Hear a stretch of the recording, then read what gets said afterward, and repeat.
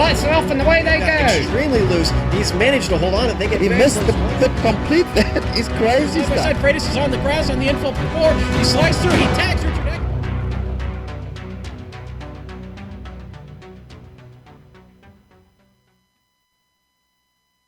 They call it the Great American Race. It kicks off NASCAR's season every year and offers up a win with as much prestige and heritage that a driver could want. The race has seen everything from photo finishes to safety vehicles exploding in flame and even drivers erupting into fistfights while still out on track. The only predictable thing about it is its unpredictability. Drivers often shrug it off with the common phrase, "That's just plate racing." And today we'll find out who is the king of plate racing as we get ready to watch the Pacific Majors Daytona 500 presented by GranStand. And you'll see it all live on the Global Sim Racing channel. Hi, I'm Joe Peak, and with me as always is Bill Soup Zahn. Joining us tonight is our resident NASCAR expert, Sean Crackers Ambrose. Behind the scenes is our director, Amjad Yaman, and he's using cameras provided by Dougie Beard. Sean, this track certainly looks big on camera, but in person, you really get a sense of the scale. Tell us about the halls of Daytona. Well, I will tell you that it was 60 years ago, Joe, that they broke ground here at this magnificent facility here at Daytona Beach, Florida. It is absolutely gorgeous here. You know, they started on the beach, racing on the beach, and old Bill France Sr. decided to build a track just a little stone's throw away from the beach, and this 2.5 mile track with 31 degrees banking is as fast as they come. The only one faster in NASCAR is Talladega. Daytona, pretty special. These 31 degree bank turns, they were created by the hole that you see there on the backstretch that we know as Lake Lloyd. That's where all the dirt came from to build those turns up. And I'll tell you what, tonight we are going to see 200 plus mile an hour speeds, side by side racing. 3 wide at times. It's going to be quite a battle. Lots of strategy over 500 miles. Lots to talk about tonight, guys. And of course, with now this being the third race of the season, we've got the championship really taking place and a number of different championships, but we're only going to cover 2 in the pre-race. If we get some cautions, we'll tell you about the others. And to get us up to speed, let's go to Bill. If we get some cautions, Sean, we were talking in the pre-race, over-under for cautions. I have a lot of faith in these guys. I say 6. What's your call, Crackers? Oh, I'm going to take the under, Soup. I think I'll take the under on that. Yeah, 6 is a lot. I think so, too. I think we're going to be pretty clean tonight. So let's go ahead and look at those championship points. We'll start with the big one, the Mario Andretti Drivers' Championship. Now, this is clearly this for the drivers. Now, keep in mind, what they have here is they're able to drop an oval race and a sprint and a road race as well. So this doesn't take that into account yet. This is just the raw numbers. Look on there, it's Little Train, Lionel Callisto up in front, 397 raw points, the California driver racing for Alliance Racing. And he is up a spot, moving up into second spot, jumping up a bunch is Brian Bennett, again for Alliance Racing as well. He's 18 points back from the Northwest Club. Brian Barnes, now here's a new team I'm learning about, Mountain West Motorsports, again, jumping onto the overlay, another Northwest driver back by 35 points. 4th place is a guy, the only driver who I think held station, and really, except for Lionel Callisto, the only driver who was on the overlay last time, and that's Michael Thompson. He's down by 36 points in racing for the West Club for the Elite West Racing. And then David Williams, Just Cause Racing, that's the pink version of that. Of course, David we saw him have a good race last time out in the Predator format, 37 back running in 5th. Now let's go ahead and go over to the Constructors' Cup. Now basically, this is the team championship where the guys all line up and they organize setups and do all those things.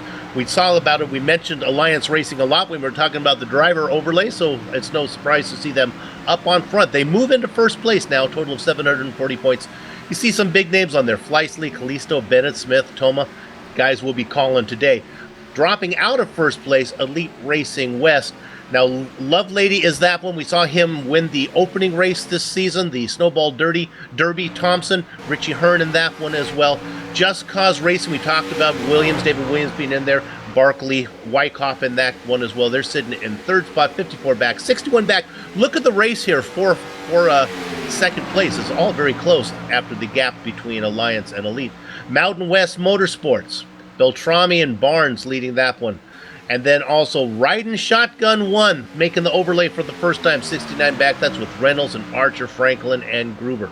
So, Joe, it's early days yet. We'll see how that plays out. But Alliance looks like the team to beat right now. As they were last season, and even though it is early in the season, we are really getting a sense of who the major players are going to be.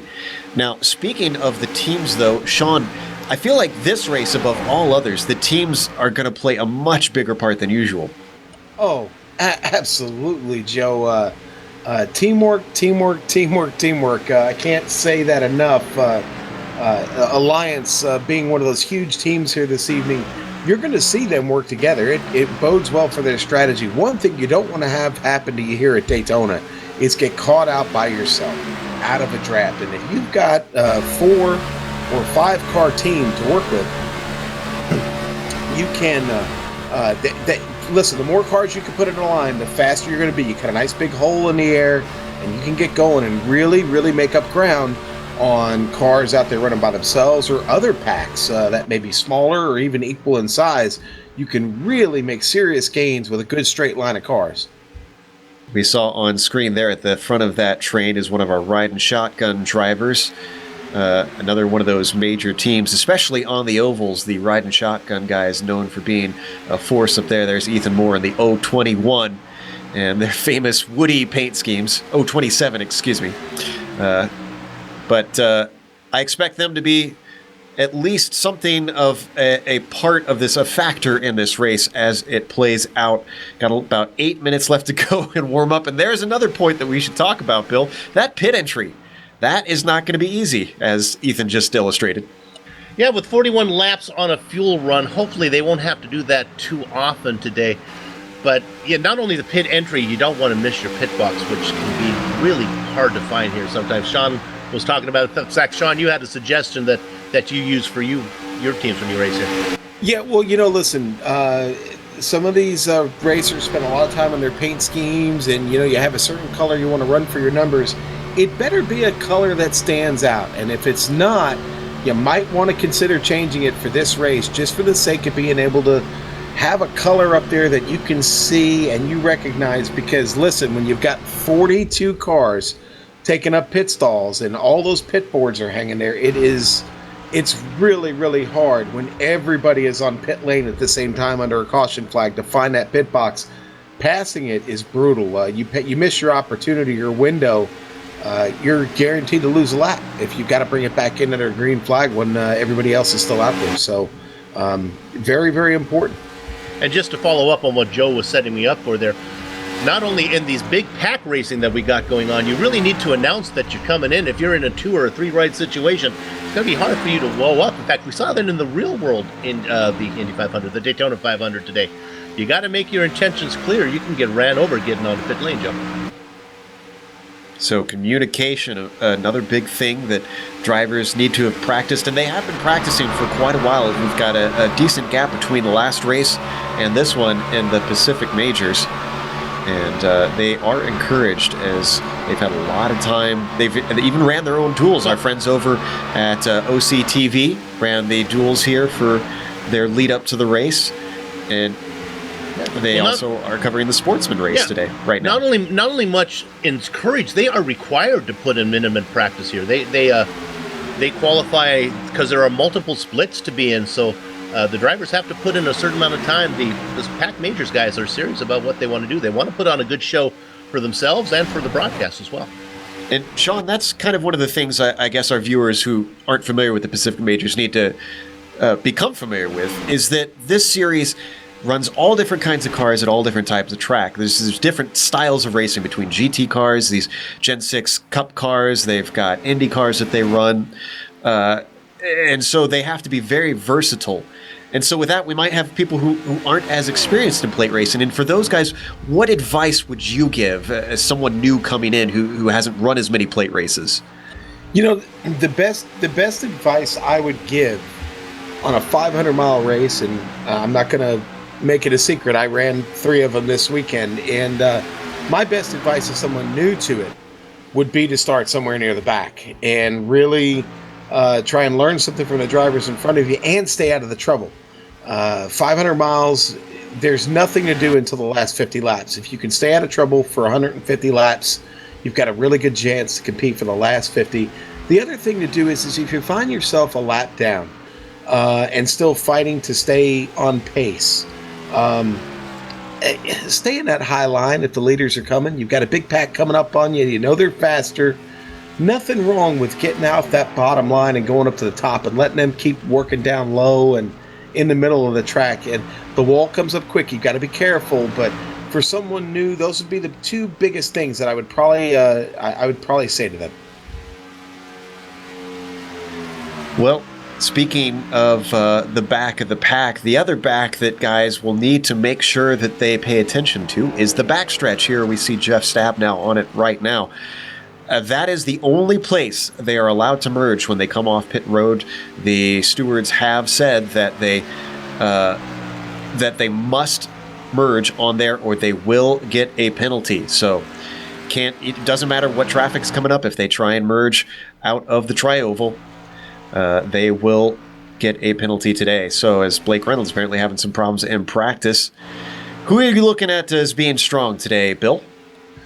Well, I got to go back to, we did a series. Sean and I both had the pleasure of doing a series called the We Stand United series that ran the full NASCAR schedule last season. And we got familiar with a couple guys in there, and one of them is Joshua Wolf. They ran that full NASCAR series. I know that we call him Joshua Howlin' Wolf, and he can certainly howl in these Gen 6 cars. So, Sean, I may take your pick there, but I'm going to go with Wolf on this one. I think he's got the experience to bring this baby home. Well, okay. So you're going to take the Howlin' Wolf from me, and I got to be honest with you. There's a lot of great drivers in here, and you really just got to have luck to win this race. But I could see somebody like let's not waste too much time. How about Ryan Toma possibly coming up? And I don't know. I think I have a feeling it's going to be a Northwest driver that takes this race today, and maybe it's the 24 Ryan Toma. Oh, wait a minute, Joe! I have to change my pick. Richie Hearn. How can I not take Richie Hearn? I just don't want to interview him because I won't. I'll be tongue tied. But former real life IndyCar 500 driver, got to pick him. Yeah. Bill is notoriously a little awestruck by Richie Hearn being a former IndyCar driver in this series. He's not worthy. He's not worthy. That's it. I am not worthy. That's really. Richie tries to play it down on the forums, though. He's a very humble guy. We like him a lot here in the booth, though. However, one of the traditions here at the Daytona 500 is, of course, the national anthem that they always play in the real life. And here on the GSRC, we like to pay ode to tradition ourselves. And with that, let's go to the track for the American national anthem.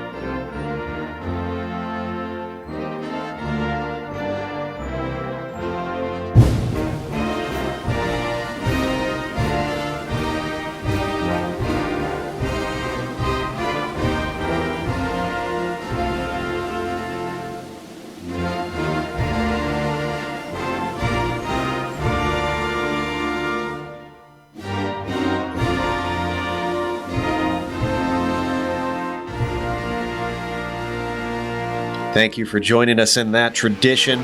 And if you are just joining us, once again, welcome to the Pacific Majors. This is round 3, where we're watching the Daytona 500 presented by GranStand. And also a big thanks to GranStand for sponsoring this event. They make sim racing products that, including customizable rig stuff that you can put together special for you.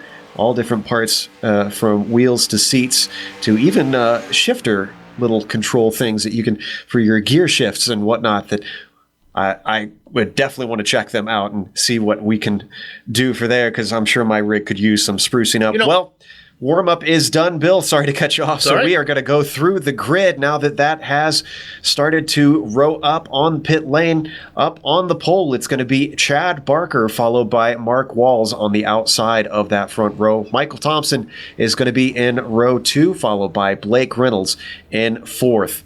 Trevor Vivrovsky, another one that's familiar from the WSU, is starting in 5th, with Jeff Stabnow in 6th. Ryan Toma will be on the inside of row 4 with Paul Slavonic starting in 8th. Then it's Ryan Worley in 9th, and Brian Bennett, Bill, will round out the top 10. My partner from the Absolute Beginner broadcast this morning, Adam Young, a little bit under the weather, but he's out there sitting in 11th right now inside of J.D. Willis. The next row is Joshua Hallen-Wolf, my pick for the win, inside of D. Palmer. John Oderbacher sits in 15th position with Thomas Lovelady outside of him, the winner of our opening event this season. Scott Wamba in 17th position, Matthew Thunhurst in the 18th position. 19th and 20th is Richie Hearn that we talked about earlier, and another GSRC comrade, Michael Smith, in 20th. All right, then let's go to 21st position. It's going to be Travis Henderson today, the number 124, and Little Train Lionel Callisto, 22nd. 23rd, going to be Brian Barnes, the Northwest driver. And then number 92 is Scott Hutchinson, going to start 24th today. Jimbo Pfeiffer starting 25th. Jason Fleischle, going to start 26th today in the 77. Hope Jason has a good run. Carl Burke, going to start 27th in a number 53. The number 911, Pete Costanzo, starting 28th today. Rob Gall, going to start 29th. And rounding out the top 30, Chris Beck. Trevor Clement started 31st with Bob Beltrami 32nd. Brett Wade will be 33rd with Ray Partridge in 34th. Claude Belval will begin the race in 35th, followed by Mark Redeker in 36th. Tom Driley in 37th. Ethan Moore in 38th. And William Fletcher in 39th. And rounding out the field, Drew Lawn will be starting 40th. David Baker 41st. And Mark Herzog in 42nd. 42-car field out there today. Should be plenty packed. Lots of top talent here in the pro split. And one reminder, they do have one fast repair, one free repair. So if they do damage the car, they can come in, get a fresh car, and continue on. But pace car is about to peel off, and we are going to go racing for 500 miles here at Daytona International Speedway. Barker has control, green flag waves, and the number 51 gets them started. Already a big checkup up at the front of the field from Chad Barker. He's been outrun by the 25 around the outside, moves down low. Otherwise, no dramas up front. 2x2 back in the front half of the field. Sean, what's it look like back there where you are? Well, we had several cars that opted to fade back and be really slow on the start. So we got a pack of about a dozen cars all the way to the back, already separated by about 3 seconds. Interesting ploy this early on, but since we do expect a caution somewhere in there, they should be able to get back up in it as long as they don't get a lap down. Mostly 2x2. Top 3 are single file, and those cars are Mark Walls, Chad Barker, and Michael Thompson leading the way as they finish the first lap of 200 today.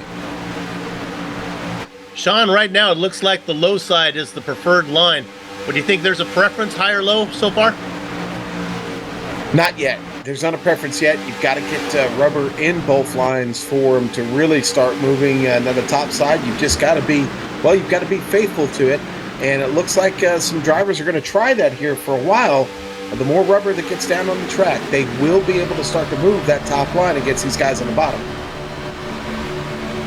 So right on board with Reynolds, losing ground to the number 19.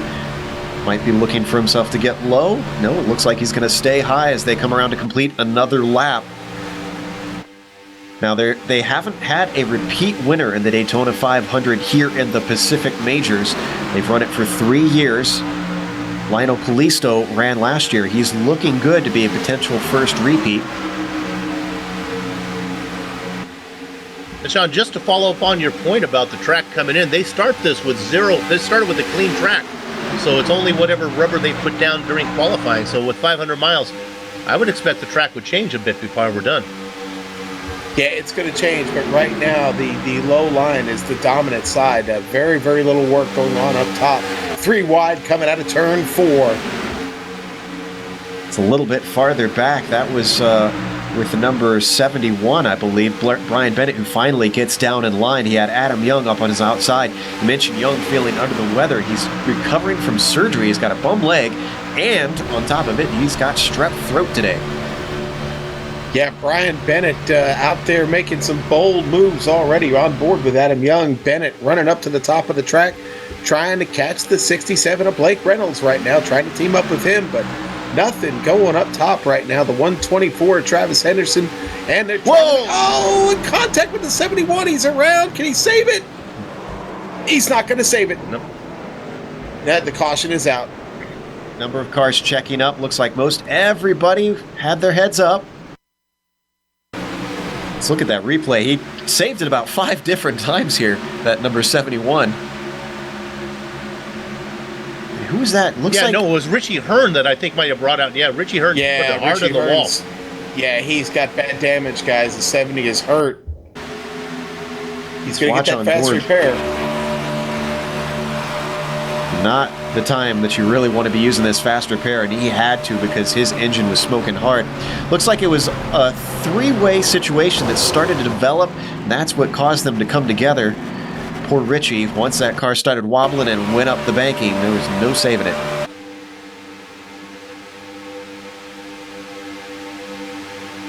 Gonna watch it one more time off board here. A little early to try to be pushing it 3 wide, guys.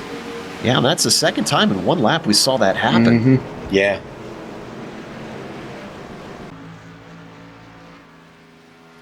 Now, they do have live marshals, or they have on the past 2 races. I'll need to double check to make sure that's the case here today as well.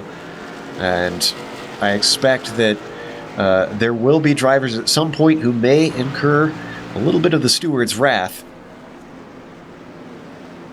You can't get through 500 miles of plate racing without somebody making a move that they don't agree with. Yeah, Blake, the 67 of Blake Reynolds got caught up in that too, and he's got pretty heavy front end damage on his Ford. We must have missed it somewhere, but he's got significant damage. Oh, and he missed his pit stall. Oh, Reynolds, just did what he we were miss talking it? about. No, he didn't miss it. He was further down the pit lane. I guess. Yeah, he had a long way to go. Let's see if we can find what happened. I'm going to go back and check to see where Reynolds got that damage. Oh, you know what? Actually, that didn't happen during the caution, or at least during the initial cause of the caution. It was himself and the 124, I believe, came together accidentally. Yeah, that's Henderson. It was maybe about a minute ago. Well, Blake... Could be a little bit longer. Blake opts not to use the fast repair on the car, so he does have some front-end damage. This is just trying to figure out who that was. And Shawnee, Blake brought the car out wiggling it, trying to see what he actually had going on in that machine when he came out of the pits. It was Travis Henderson. This was at the start of the caution. It was later during one of the caution laps. Travis Henderson just started to slow up, and I guess the 67 of Reynolds wasn't paying attention, the 124 wasn't paying attention, and they came together.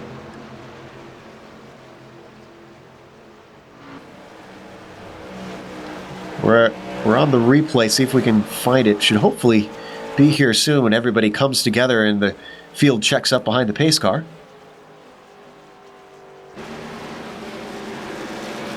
Yeah, you can see all the line of cars, and this is the danger when everybody's kind of coming up, is it accordions together very quickly and sometimes without much warning. There, that's the purple card of the 124 up ahead that you're going to see he's going to get into. Yeah, Travis Henderson also from the WSU, and yes, he's taken some rear-end damage to that car. In fact, the car is back in the pit now. Here's it on the replay There it is, right there. You see the contact, yeah. So Travis has decided to bring the car down, and he's taking that fast repair, guys, and got that damage repaired. Well, what did I say at the top of the show? The only thing predictable is its unpredictability. And once again, proving us right. Who expected that one of our big players would get damaged simply from pacing under caution? But they are too wide once again, which means we're going to go green next time by as the pace car lights are off. Our order, however, has now become Mark Walls leading, Chad Barker in second. Michael Thompson is in third, Trevor Vrosky fourth, and then rounding out the top five is Ryan Toma. If I recall, Toma actually is one of our previous winners in the 500 as well, I believe. I think he does have a win. And we don't have a repeat winner. So maybe tonight is Ryan Toma's night, guys. Another guy with a possibility. Working their way through NASCAR 3 and 4. 7 laps in, get ready to tick off number 8.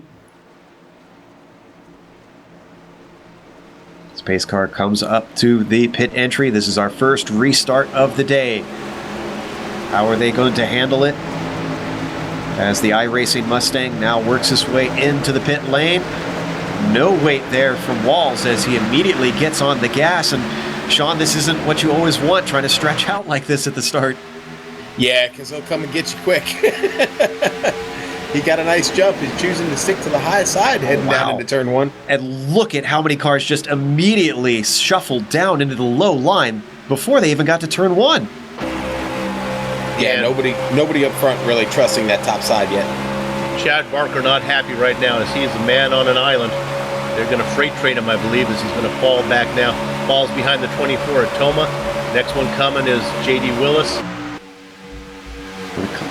When it comes to plate racing, 1 is definitely the loneliest number. Got an opportunity behind Wolf to maybe drop in here. No, that door is closing. Thomas Lovelady maybe his only help riding out there in that EW racing machine on the high side. Maybe come up. Oh, no, look, he's going to duck in. Yeah, he is. But now we've got some cars, again, starting to try and move that top line just a little bit. Looks like that is Michael Smith. Oh, out now he ducks down. Bob Beltrami's trying to duck down. And then the 67, Brian Barnes. No, that's not Brian Barnes. Blake Reynolds, rather. He's still stuck up there, however. He's got Barnes below him. Trying to find a little bit of room. He could try and squeeze in there. It'd be a little too tight. Is he going to be able to get down now? Yes, now he does. Right behind that new paint scheme for Bob Beltrami that we're enjoying. Beltrami the Salami out there currently running in that 17th position.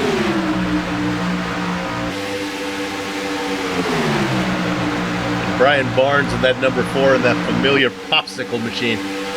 Races that every time. I love it. So easy to spot. Very distinctive, very simple. Yep. But he's consistent. Every car I've ever seen him in.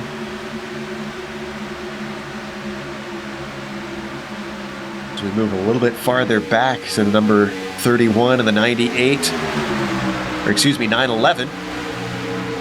And though we have got a Porsche on iRacing now, that is not a Porsche out there racing. No, sir. No, sir.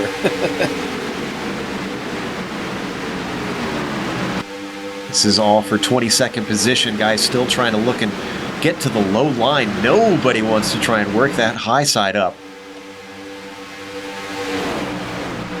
Let's move back up to the front. Not much of a change up there. Everybody just riding around. A lot of racing left to go. Nobody looking to make any crazy moves. So it's still Waltz, Thompson, Vrosky, Toma, and actually Willis has now moved into the top 5 on that restart. What you talking about? Talking about JD apparently. They have all tucked in there, just maybe put in a little laps here, just get some nice clean racing in. You talked about Beltrami and his new paint scheme. He's also our hard charger right now, up 15 spots.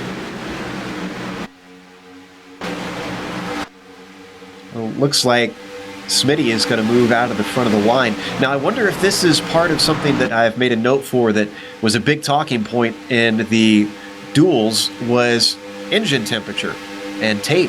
Who's leading? How long are you going to be behind another car? Hey guys, just real quickly, I'm sorry, an update on Adam Young. Let's look at second position real quick. The 314 machine Yep. really got loose. He got bumped out of the way. Oh, I'm sorry, I think Smitty's got trouble. I think he said something about being in the wall at 27. Oh, I think Thompson blew his engine. And wow, commentator's curse. Let's go to the replay here. He was in second place for a long time, wasn't getting out of line. And I think it finally bit him. There it goes. Everybody with a great heads up, though, in all of this. I don't think we had any major damage other than that engine. Well, Thompson came to a stop, but managed to convince the stewards it wasn't an issue as he took a tow, and the green stays out. Now, what this has done up front is caused a few guys to have to get high. They're still trying to get low, as Paul Slavonic, I believe, is one of those in the 528, now gets to the bottom line. Love Lady as well, trying to find some space, but can't quite sneak in there. Thomas's last name, thankfully, determined now. not Lavelle. No, not Lavelle. I'm sorry, Bill. You tried. You know, Sean, a lot of talk about tape, and we're not talking, I'm old school, we're not talking reel-to-reel or 8-track or cassette. It's a different type of tape that matters. Dolby. Tape. 3M, they make everything better. No, tape is a big issue. Now listen, I like to play it safe. I like a car that'll run in the draft for as long as you need it to run in the draft, and I'm one of those 40% tape guys. Leave it at 40 and just go. Now, on the other hand, there's a school of thought where, you close up that little hole in the front grille just a bit and, create less drag, get the engine temperature a little bit hotter, you get more horsepower. Well, okay, if you're doing that and you're in a draft and you're in a pushing situation, you're going to need to breathe at some point. And when you need to breathe, that can cost you positions. There's a lot of different strategy that goes on with how much tape. Now, you can adjust that between pit stops, Bill. So you might run higher tape, a higher percentage of tape on that grill as you get deeper into the run if you're looking to make up positions. But again, it's so important when you're running in these packs to keep that car cool. On a 500-mile race, I'm more of the fan of playing it safe and saying somewhere around there, around 40 to 42% of my tape. Or you end up like Michael Thompson, right, with sitting in the pits, which probably that was from.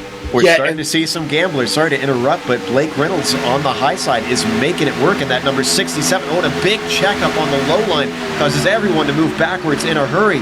Behind Reynolds has Lovelady, as well as Jimbo Pfeiffer starting to push him along. Yeah, now the riding shotgun guys are really they've been riding up there in that top line since the race started. Blake, even with that little bit of front end damage, is making it work, and now that rubber's starting to come in down there, and you see 4 cars teamed up, starting to make it move. Now remember, Reynolds was in that incident. And we're going to caution, yes.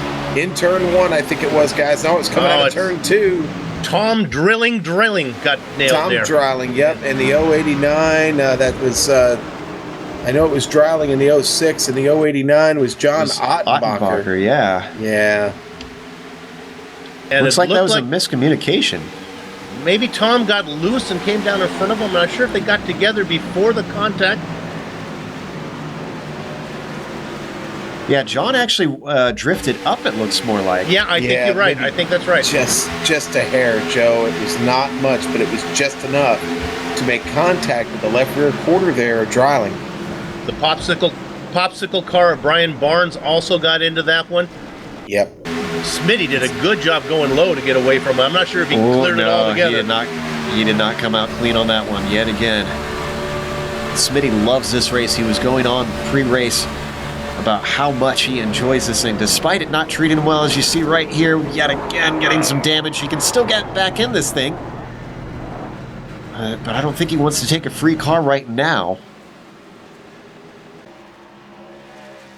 Yeah, poor Smitty had just absolutely nowhere to go there, Joe.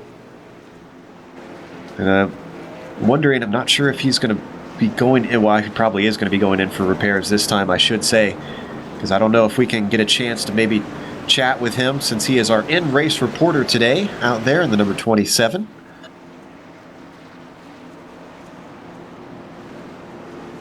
Well, Sean, 18 laps in, that's our second caution. Getting close to 6. Yeah, it is. And, I took the under. I had hope. It'll settle down. This is a really, really deep field of talent. And maybe we've gotten it out of our system. I don't know. We'll see.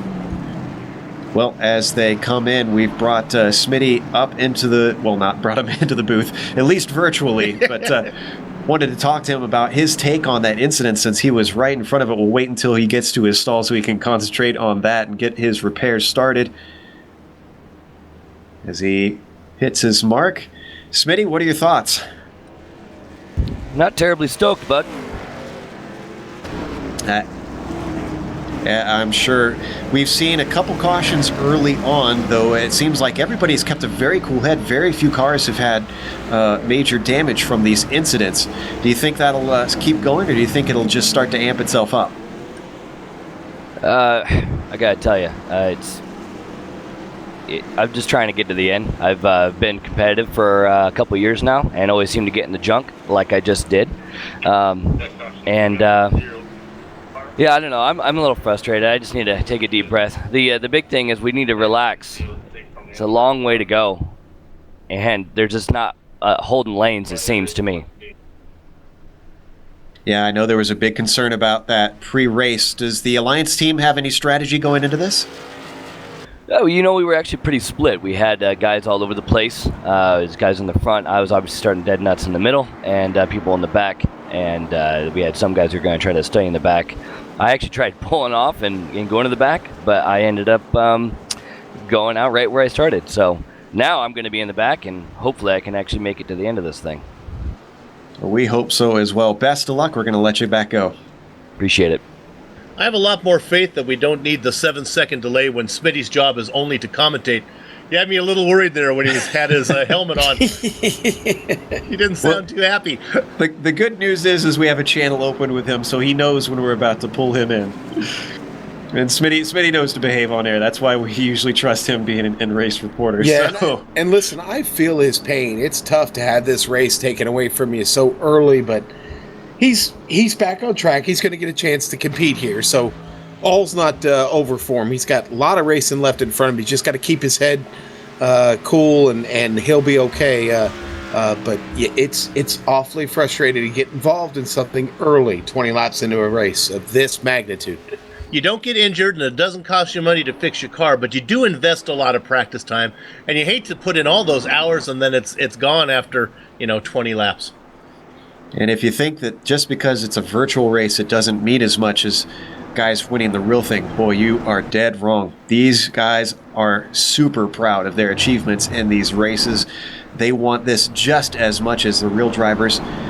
We've got at least one more lap around because the lights are still on the pace car. But our order is Trevor Vrosky after those pit stops leads the way. Blake Reynolds has moved himself up into second.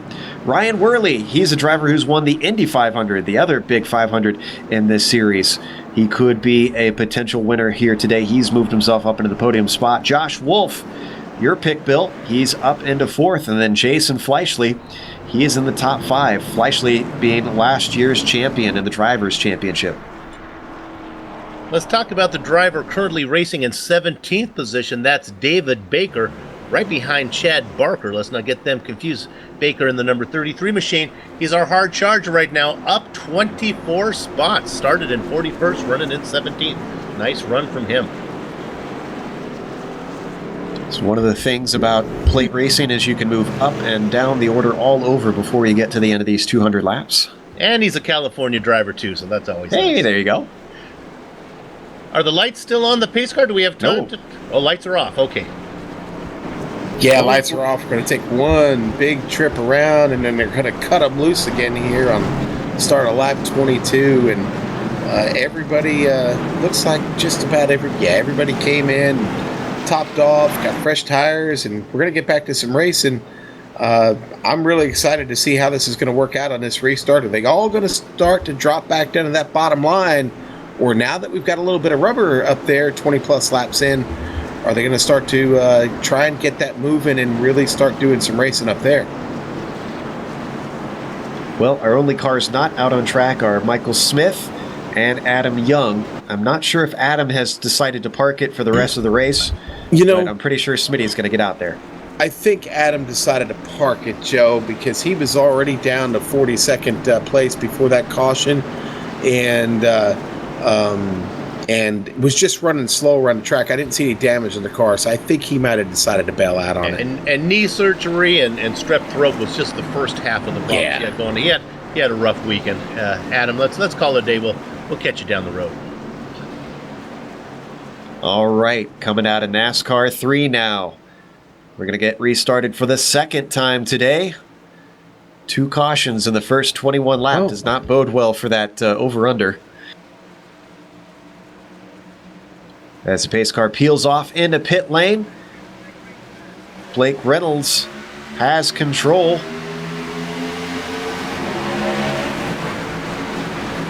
Well, we had a checkup a little bit farther back.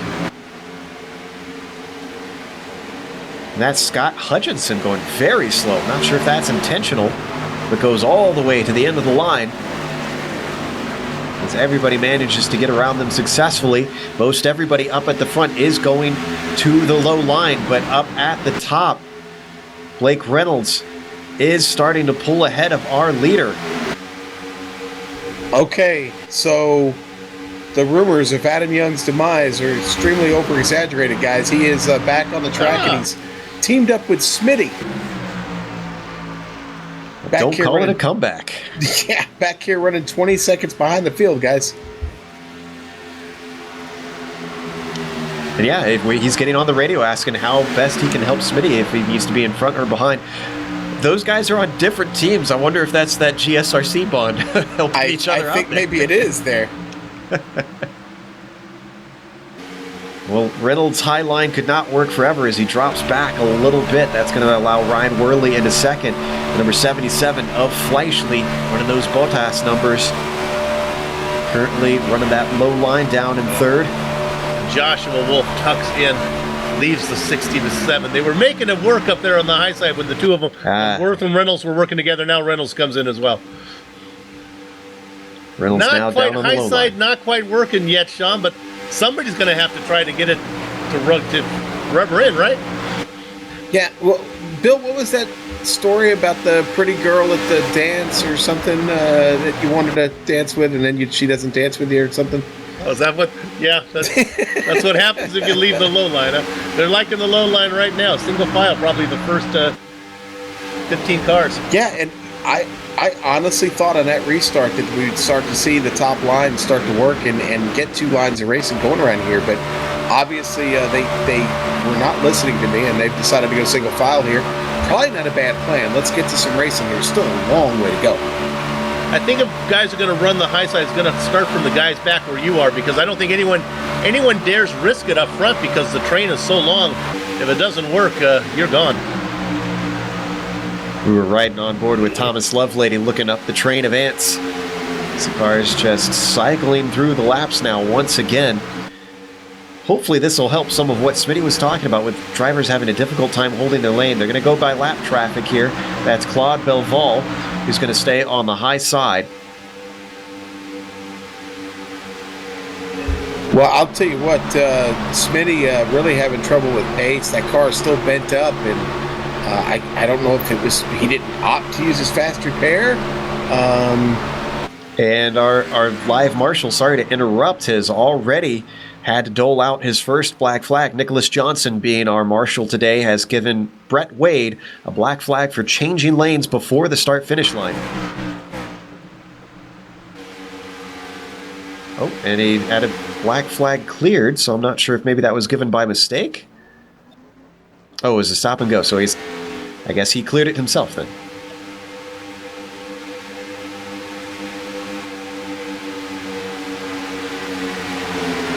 They work their way through NASCAR 4 now, NASCAR 3 and 4, lap 26.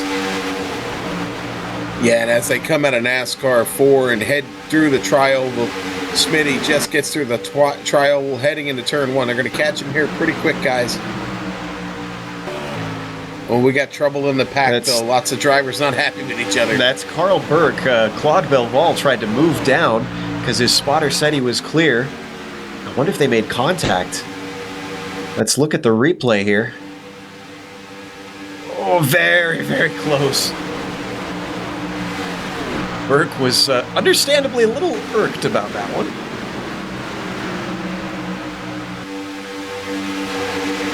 And I tell you what, I've had that happen myself as well on road races, Sean, where spotter says clear, and you don't realize someone's racing you real close, and you just about run them off the road accidentally. Yeah. All right, that high line is being attempted one more time.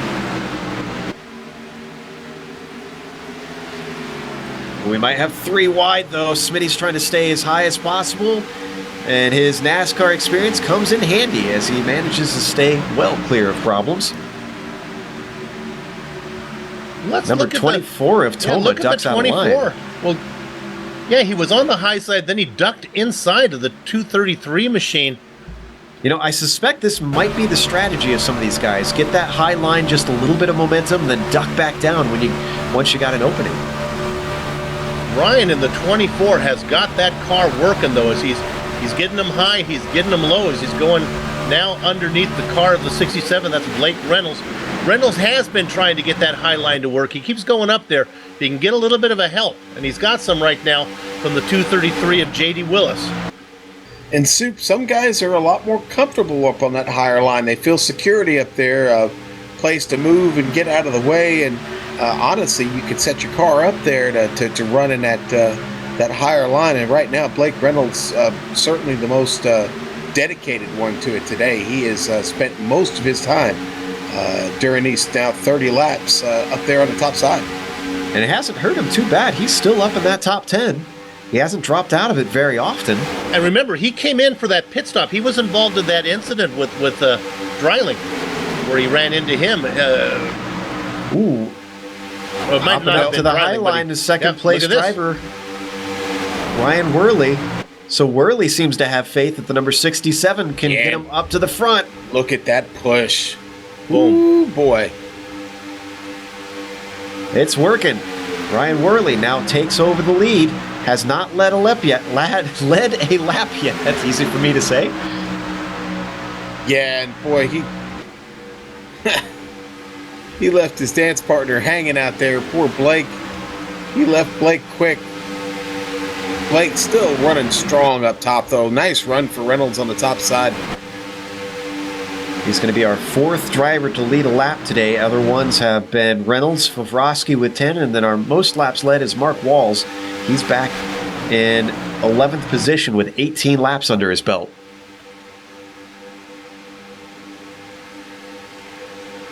Highline now starting to drop back yet again. The ebb and the flow of it just not working out. Yeah, they lost the numbers up there, Joe. It's just the 2 of them now. They had a nice 4-car train, but when the leader pulled into the inside line. Yeah, Love Lady back there trying to make it work, but now Love Lady looking, Love Lady drops back in line. Wow, look at this nice wide shot that we've got. We've got an 18-car lead pack here, and they've broken away significantly from the cars behind.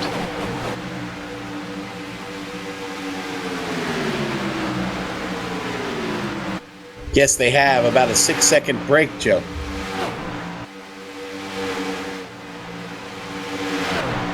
Worley getting some major push from Favrovsky right now.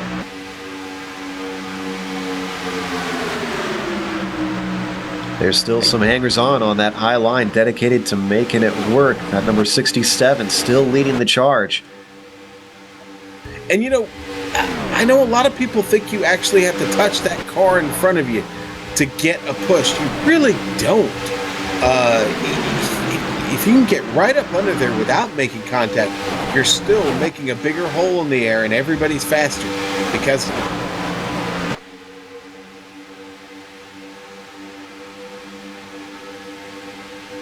J.D. Willis getting on the radio chatting with Blake Reynolds as he closes in on him.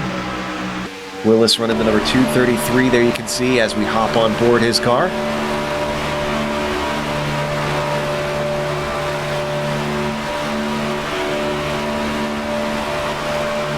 Adam Young also coming over saying how he's going to get out of the way.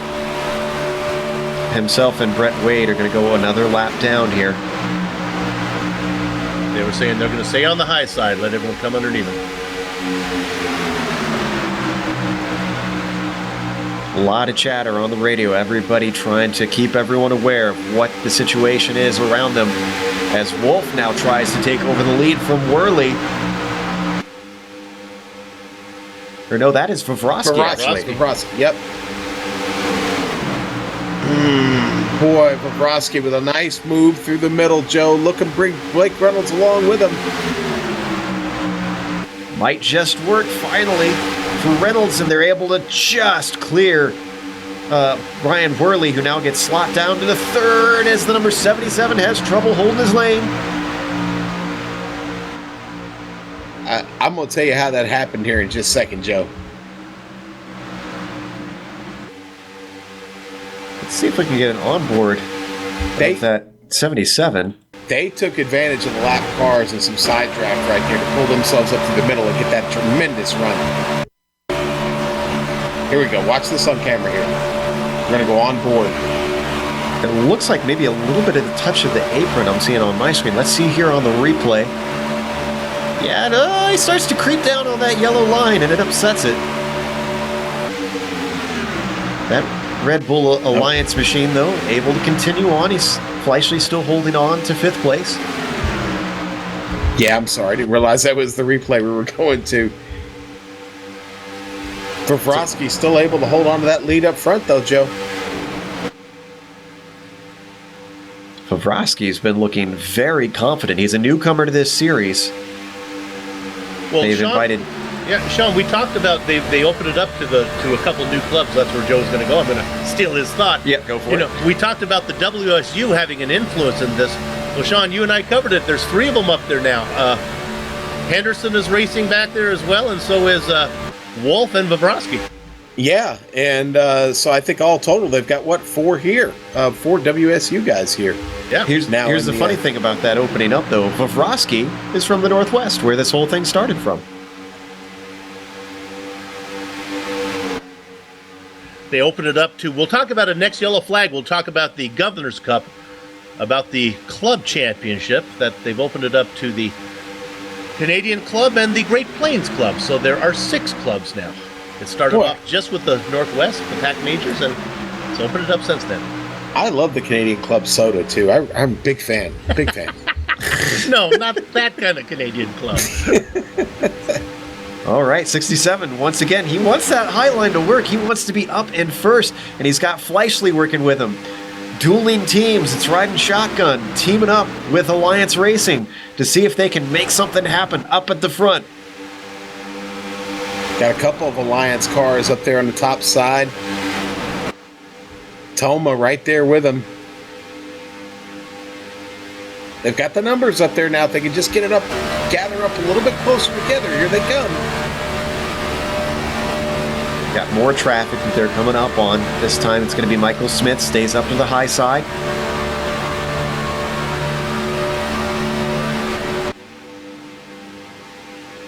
Oh, Reynolds dip it down to the inside there, guys. Getting on the low line. Oh, and he ducks back out. And thankfully, Smitty is above the minimum lap time that they are required to be running, to be allowed to continue to run if they have damage. 51 seconds or less, or you're asked to park it.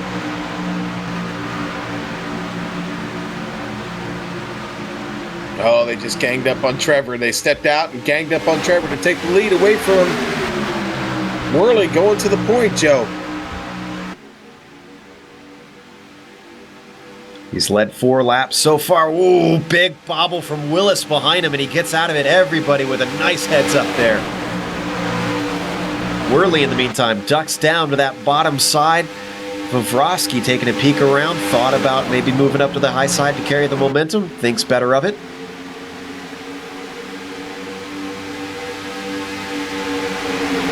just to show you how quickly things can change. Remember that 77 of Fleischle was up in 5th a few laps ago. He's down in 9th already. Okay, so that front pack, now we know that it's 13 cars now. We go back to 14th place, Jeff Stabnow, closing. This line is closing on the front pack. We've got 6 more cars getting ready to join the party here, Joe. It's interesting that they dropped off like that and are able to close back up, though. Usually when they drop off, don't they tend to drop off for good? Not with the way these guys are working. They're staying in line. Nobody's getting out of line. They're all staying in line. Most of them are running a very solid, very steady line. Very important thing about Daytona. Straight wheels, straight wheels. You want straight wheels as much as possible, moving the wheel as little as possible. Do not scuff off any speed here, and that's how that second group is starting to make their way forward. Stabnow now starting to get a run on D. Palmer. Yeah, they are closing that gap quickly. He's got the salami right behind him. Back up front real quick as Willis and Reynolds. Oh, Reynolds, just when I'm bringing him up here, you tuck on in. They were making that high side work. Now poor J.D. Willis left all by himself out there. This is going to go so well. The 67 was behind the 233. They were making a run to the front. And then Blake Reynolds left the 233 out to dry. Hey, I went back and checked my notes. Blake Reynolds was not involved with Grelling. He was involved in that yellow flag instance with Travis Anderson. That's right, correct. Exactly. Boy, the number of times we've seen cars go up to the high side and leave, it seems like there is no treaty that is going to be respected out there. It is every man's for himself, and we're not even past the quarter mark. Yeah, it does seem like it is every man's for himself up there. Wonder how that's going to bode for the end of the race. There is a lot of bobbling back and forth, and I can't tell how much of it, Sean, is lack of experience and how much of it is drivers who run in too much tape and having to get some air to the car. Okay, you know, another part of it is, all right, we're working now almost 25 laps on these tires. The fuel load's starting to get pretty light in the car. Okay, we know that the fuel window is about 40 to 42 laps. I really don't think you can do more than 41 under any situation, but we may see some 42s. The car is getting lighter. It is starting to dance around just a bit. And yes, you may see guys stepping out for a little bit of air at this point. Probably see some tape adjustments here on this first. Are we going to see 3 wide up at the front? We are just about seeing a 3 wide situation as Worley starts to slip backwards. Pfeiffer thought about maybe trying to force the high side. He's still thinking about it. Jimbo was making steady progress up on the high side when Worley got out of line, started to slip backwards. Let's see if we can watch the replay here, because that would have gone so much worse. Everybody was watching out to what the situation was developing. There you can see, goes to the high side, and there he looks like it was the 40 coming out of the line is what started to cause that.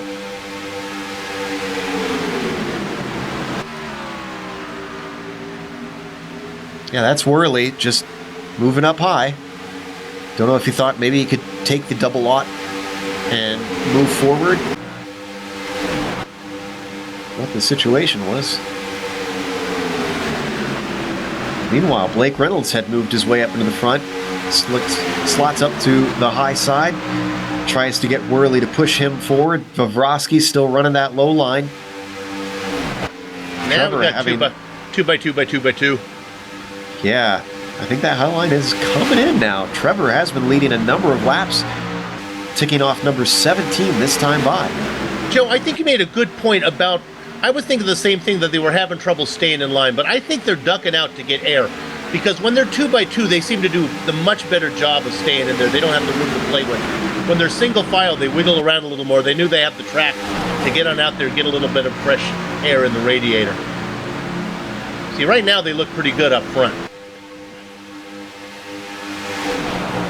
Look who has crept up into that top line there. Thomas Lovelady has got himself there in the mix, and is the 4th car there, and he's being pretty faithful to the guys in front of him. Well, he's been willing to help. It's just people keep every time he ducks out to give people help, they pull back into line, and he's left out there, and he has to start all over again. If he can get some guys to commit to the outside line, he'll be happy to stay there, I think. Man, Blake Reynolds, Travis Henderson, door to door. And Lovelady is our only other. As we got lap traffic, they're gonna squeeze through. Dryling did. Oh, we're all four of us. You can only hear three voices coming because add in our directors as well. Wow, that was close. Were there sparks there between Dryling and the 00 and Jimbo Pfeiffer as he was getting by? Ow. Yeah, let's watch on board Dryling because Pfeiffer might want to check the right side of his car for some scratches after that one. I've been there, Tom. That's no fun to be in that situation. Here they come. Oh, gosh. And he doesn't need to give side draft to a lapped car that he's going by. I'm not sure why he went up high like that.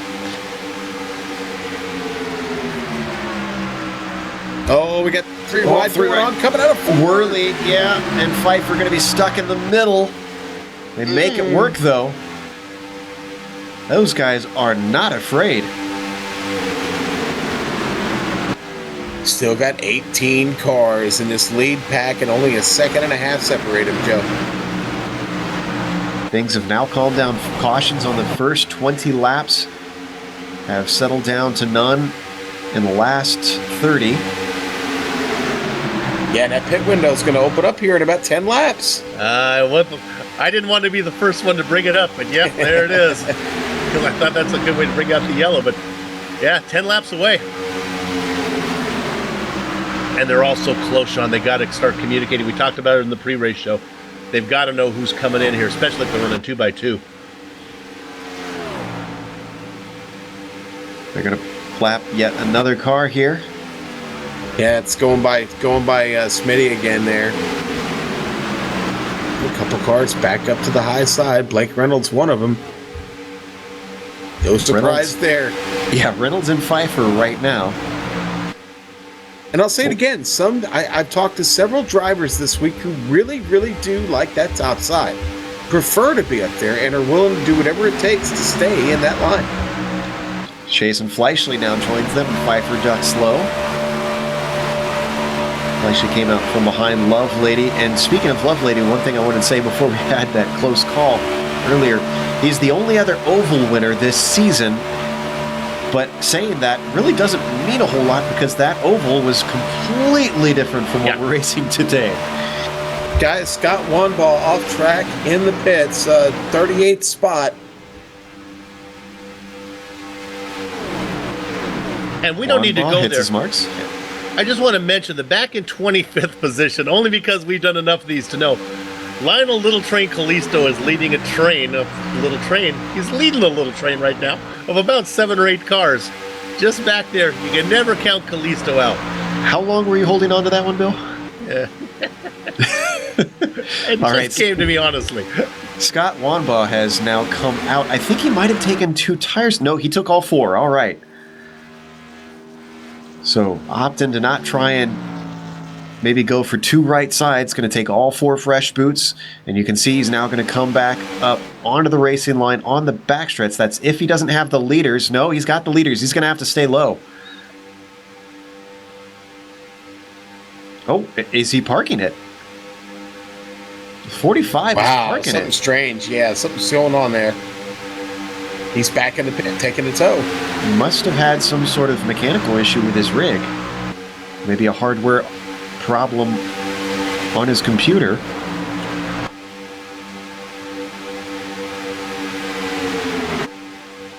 Wawrowski's going to come by to lead yet another lap, number 24. As Reynolds trying that high line still.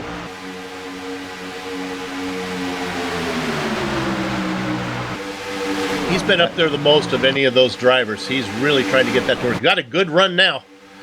I feel like that 67 is that coyote to the Roadrunner of the load line. Just constantly trying every single time. Doesn't work. I wonder if Acme built the motor on that car. He's Acme rockets to get that thing going. He's almost got it right now. He's got a little help from the 77. And he's trying to get that side draft. He's trying to squeeze low on Vavrosky to slow him up. The other driver who's been committed up there was Lovelady as well. He's trying his best. So got 3 cars up there trying to make that work. As a driver, this is the type of racing you want, really. You don't want to be out here by yourself. Your mind can really, really wander in a long race like this. You want to be busy mentally, physically. It's how you survive these things. And great racing going on up here in this lead pack right now. How many miles did you actually put in behind the wheel this weekend, Sean? Just over 1,300, Sue. Okay. And that doesn't include the broadcasts that I've called from Daytona here over the last 2 weeks. Hey, you know what, though? It wasn't all bad. I'm proud to say that I got an 8th place, 13th place, and today I had to take a 20th, but oh well. But I had fun. It was a great experience this year in the iRacing Daytona 500. 4th year in a row I've been able to do this. Right on board with Ryan Toma, currently running in 7th position, 4th in line on that low line. Just up, you can see off to the right side. That is Reynolds still pushing and trying. Fleischle just beside him as well, just off screen.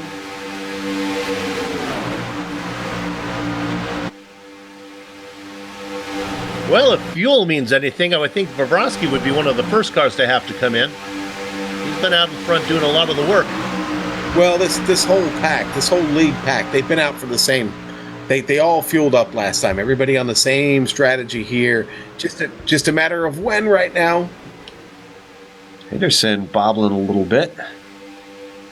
Despite getting that rear end damage, that 124 has worked his way back up to the front. Got his teammate down right 4th, yeah.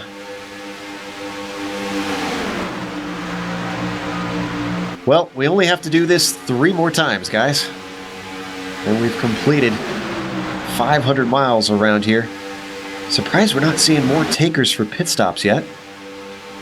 Any moment now. The radio's about to get very busy here.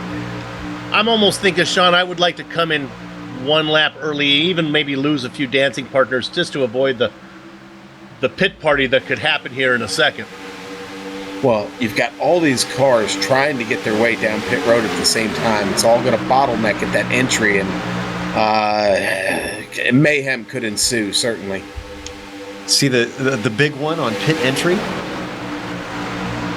Well, if I'm at the back, I'm thinking if I'm one of these guys at the back of the pack here, I may think about coming in this time. And they're not going to listen to me, though. Not time yet, Sue. Everybody stays out. Boy, those top 3 are holding their own now. That line, I think, has finally come in.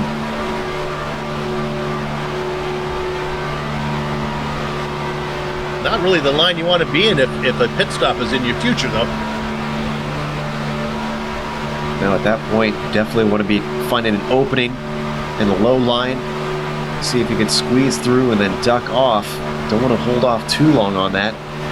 As Vavrosky gets a great run on the backstretch, Slavonic gives him a nice little bump to speed him up that little bit more.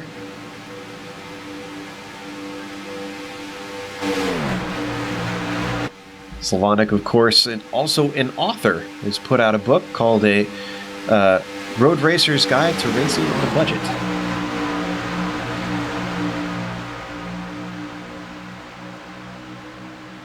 Now, to get that book, I'd like to support whenever a sim racer puts out a book.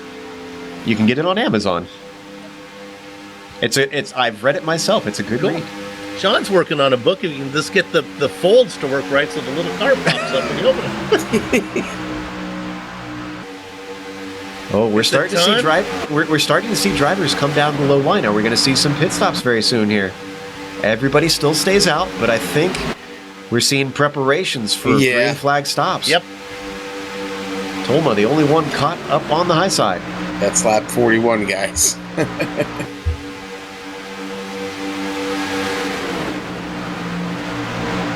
And now they got Smitty. They're coming up on Smitty. That 124 starting to drift high, and the 24 drifting a little low, but they managed not to get into each other. That 24, he's moving up all by himself. Oh, we're hearing a lot of hitting in. Carl Burke just made the call. He's coming in. He's at the back of this pack. Oh, here we go. Okay, That so is Paul basically, Slavonic. Oh, Slavonic was in very hot. He might get a speeding penalty there. Number of drivers behind him coming in, including Jason Fleischle. Jeff Stabnow's in that group. D. Palmer's in there. Mark Walls. this next group is pitting. Yeah, they're all talking, and there's 12 of them coming in. 14, I think, are going to be coming in this time. Oh, I'm hearing some shouting. I think some people may have goofed the pit entry, but I can't see who.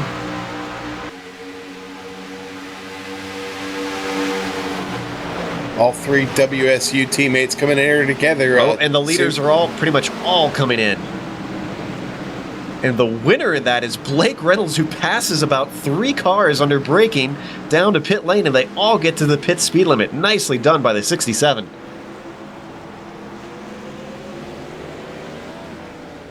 Now, Ryan Toma, guys, stayed out. He's 43 laps on that tank. I did not think you could get any more than 42 out of this. Well, we'll see if he starts to slow as we see the race off pit road. Did the 67 actually win that? Wow. From 0 to hero for Blake Reynolds, using the pit stops to great effect. Toma does in fact come in. Our leader should effectively be, I think, Chris Beck, I'm seeing? Yes, Chris Beck will take over the lead. Now he's got William Fletcher right behind him. Oh, and he's coming in, so he will not take over the lead. Fletcher also comes in. That means Blake Reynolds and Henderson will inherit it, as they are side by side right now, with Vavrovsky making it a trio.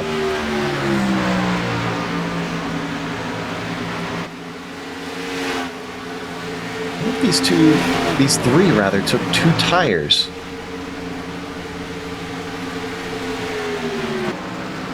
Boy, they were awful quick stops, Joe.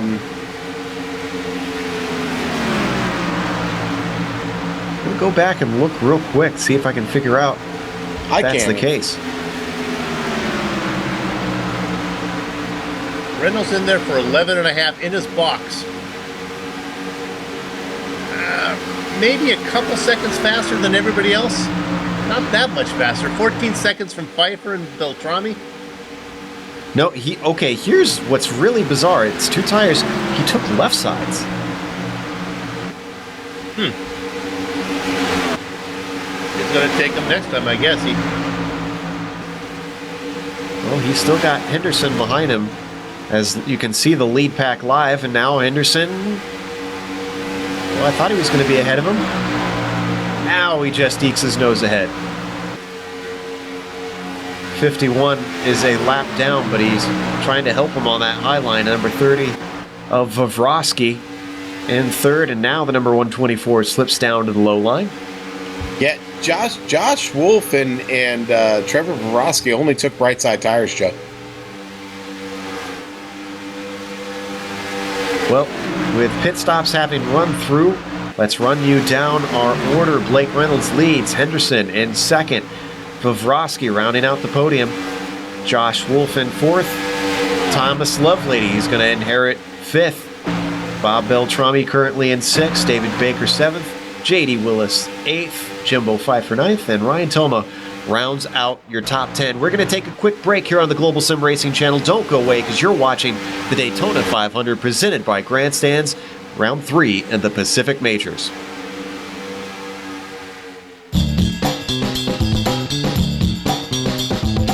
Hi, my name is Donovan Johns. I'm the owner-operator of Bolton Vapes here in Boise, Idaho.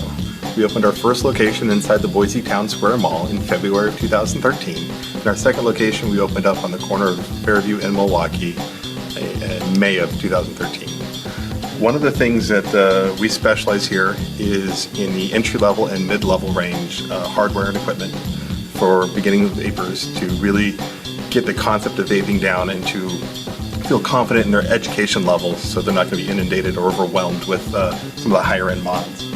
One of the things we also do here is we have the build your own kits, which you can pick any of our entry-level, mid-level batteries and tanks and assemble it into your own kit so you can take home exactly what it is you're looking for when you leave the store.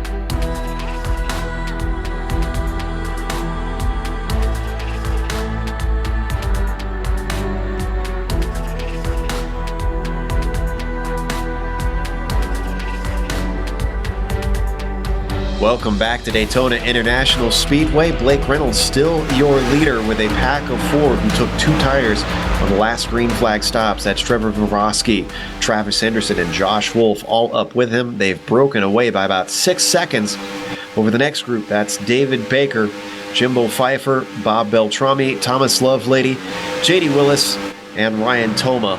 We've got a little bit of a pack catching up to them now, so they are going to become a much bigger pack very quickly as well. The 60 has a little bit of a bobble heading into 3 there. And the best thing they can do right now, these leaders, Joe, is just stick in line together and try and be as smooth as possible. Really, like I was talking about earlier, you don't want to scuff any speed. There we've got the 30 getting out. Looks like he probably might have needed some air, so he's going to let Travis Henderson by.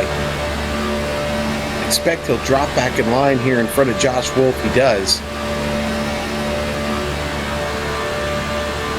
Reynolds is turning some good lap times. They are actually pulling away ever so slightly from the guys they're trying to catch. It was about 5.4 after the pit stop. Now it's 5.7. They lost a little bit of time there where they had to step out of order.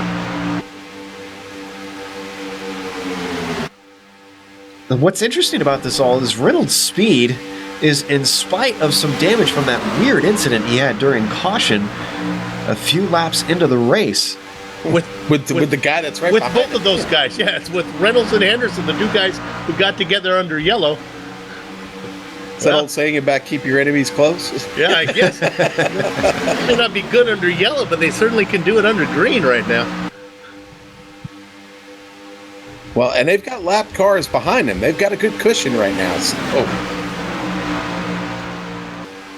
There's a pack of Drilling and Lalonde back there, Partridge as well. Barker all in between the guys who are trying to Hutchinson. This might be the fight That would for be the lucky dog fight, yeah. Which is why we're seeing guys swap back and forth so often. Now we should clarify Drew Lalonde, that number 3, not related to Casey Lalonde. Well, we don't know that for certain. Oh no, I do know that because Okay. Casey isn't his actual name. So, well, Lalonde isn't his actual name. I understand. Casey I knew where you were going.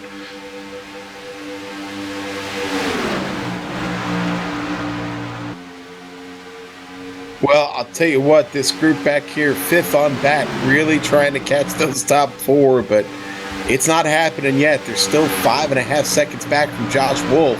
David Baker leading that train. Bob Beltrami behind him. Thomas Lovelady, J.D. Willis, Ryan Toma, Jimbo Pfeiffer, Jason Fleischle, Carl Burke, Pete Costanzo, all in that pack. Mark Waltz. Is this group with Dryling? Are they catching? They the are. leaders? This is the bad news for Joshua Wolf. He's about to be gobbled up by 3 guys who are fighting for the lucky dog. Well, and they might actually be trying to fight past the leaders, so they don't have to worry about the lucky do it the dog. old-fashioned way, yeah. Well, they're there now.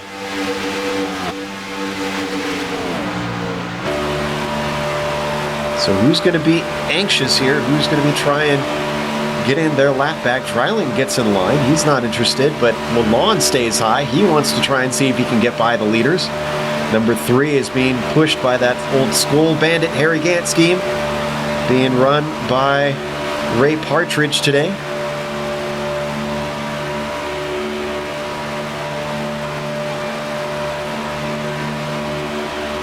Right on board with 33rd car Chad Barker as we hop off the number 51. We were talking about these paint schemes pre-race, loving these old tributes between real cars, and then we've got a lot of Days of Thunder fans. The number 3 out there in the Walls Bread Company car. Now that's No. That's Wool's Beard Company. Soup Beard. old. Beard, yes. Rolling with the beard, not the bread, Oh, man. it is. It is. Yes. What the heck? What is that? Well, that's- they make products for beards. Actually, they've sponsored some races in this series.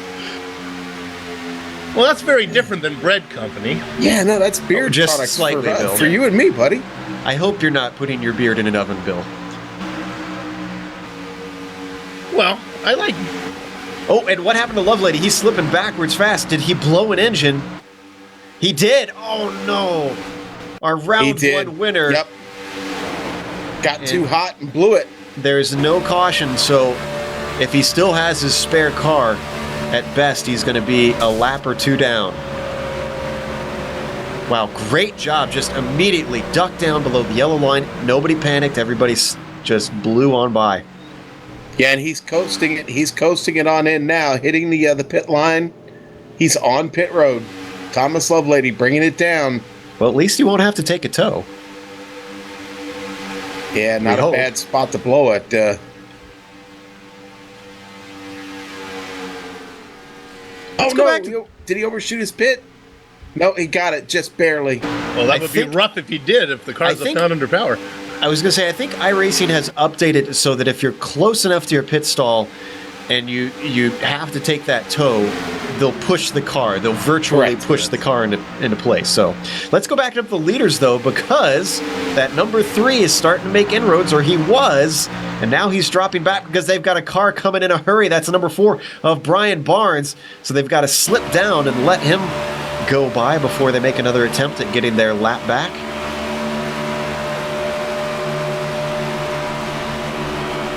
Well, I am now fascinated with the Walls Beard Company. Well, I You could use their products. I'm absolutely. I'm going to Yeah. be calling them on Both you Monday. and Sean. Update on Lovelady, guys. He's just now getting out of the pit. That wound up being a very, very long pit stop for him. Just over a minute. That's going to cost him a couple laps, I think. At least 2, I would assume, as the Yeah. leaders now go by him one more time. There they go. Sad to see, since Lovelady was performing so well. Granted, he could still get a lucky dog and get back a lap or two.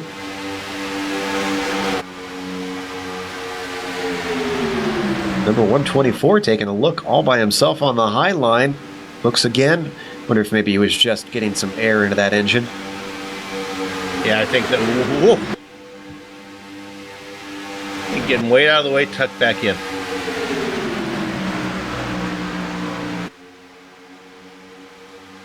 Thankfully, Sean, things do don't they- get. Go ahead. Sean, do the engines go quick, or are they? You get a little notice, right? You have a temp gauge to let you know you're in trouble, right? Yeah, I mean, you've got to be paying attention to your gauges now. Sometimes you don't have an opportunity to get out and get fresh air, but I got a feeling that he was probably pushing the limit for a while and couldn't get enough air to it to make a difference for any great length of time, and then it just finally popped on him. Always heard those stories of old F1 drivers putting tape over red lights so that they don't distract them. I don't think you want to do that on this track. Probably not advisable, no. Well, the gap from Wolf back to, I guess it would be Pfeiffer now running in 5th. Still 5.5 seconds, so that second group making no ground. The battle for the lucky dog was kind of interesting with Lalonde and Partridge and Barker, because the guy they blew by a little bit in the popsicle machine there is Brian Barnes. They actually lapped him in the number 4 car. He must be having some issues. Well, Soup, Walls Beard Company.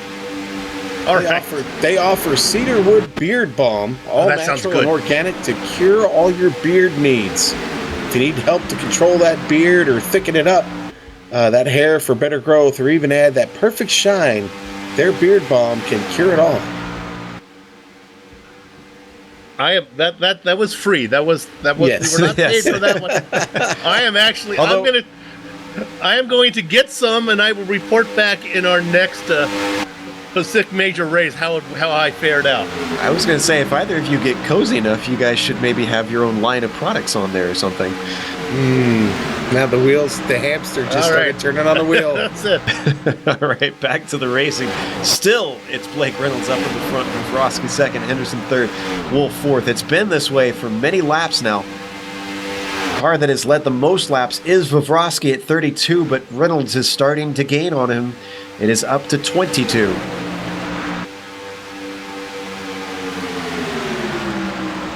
They do not have a bonus for most laps led in this series, though. That is just for pride. Soup, it feels like Sunday night all over again, doesn't it? It does. We haven't done one of these, the WFU races that we were doing. Man, that was a dedicated series. We were there every week. They followed the NASCAR series. Wherever NASCAR went, that's where we went as well. And let's go follow up on that. How about, we talked about the WSU. How about in that top 4 group, Sean? 3 of those names look familiar? Yeah, certainly. Let's run down the top 10 here for you real quick. Blake Reynolds sitting there in the lead. Trevor Vrosky, Vroom. WSU? In third, Travis Henderson. WSU? In fourth, Joshua Wolf, the Howard WSU? Jimbo Pfeiffer in fifth. Fleischle still hanging out in the top 10 in sixth. David Baker, 34 spots up in this field and still running strong. They're in seventh. Bob Beltrami in eighth. J.D. Willis in ninth. And Ryan Toma hanging on to the top 10 right now, guys. If there was a Waltz bread company, David Baker would be good for that one. So keep that in mind. I'll give you credit for that one. Tell you what, the top 10 doesn't really stop at the top 10, though, because they've got Carl Burke in that group, Mark Walls of the infamous Walls Company, back there in 12th. Pete Costanzo doing very well this race. Remember, he was having a lot of trouble the last oval round that we saw in the 911, running within the top 15. D. Palmer in 14th is the next one, a big jump back, about 14 seconds behind that second group.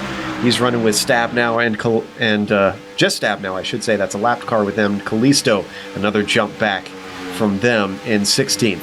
Kalisto leading a train now. Remember, I talked about it. He was in 25th spot. Well, now he's in 16th. Just sleeping back there. Just racing up in front, out of trouble, waiting for a yellow flag when he can get to racing for certain. Racing in that number 2 machine. That number 2 almost always comes to the fore during the oval races, especially towards the end. So I think you're right to call this as just kind of biding his time.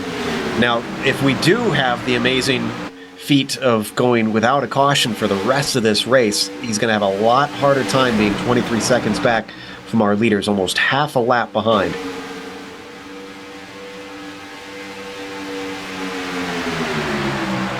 It might be a while till we get the next yellow, but I can't imagine once it heats up that we don't get a yellow closer to the end. Well, I'll tell you what, this group being led by Jimbo Pfeiffer in a double aught, they are certainly hoping to get a caution, because they've really, they're just not making any ground right now on that group up front. Those 4 running really strong and doing it right, just staying in a line and knocking out clean laps, lap after lap after lap.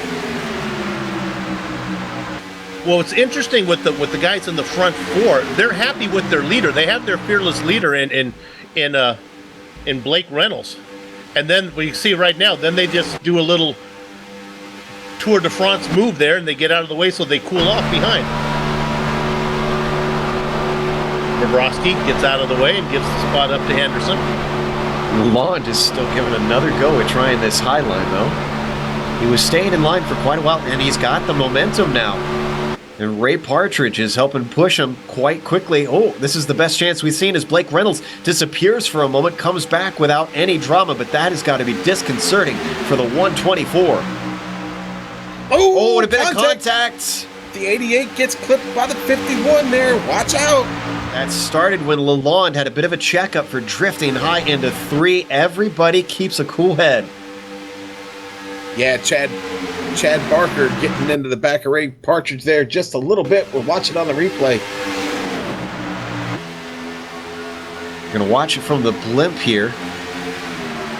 Yeah, you can see he just let it go a little bit higher than he thought.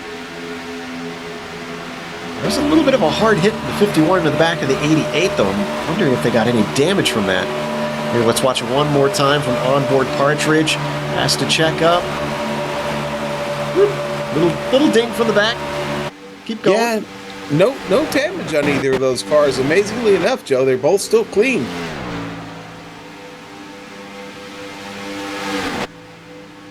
Ten more laps, guys, and we are going to be at the halfway point for this race.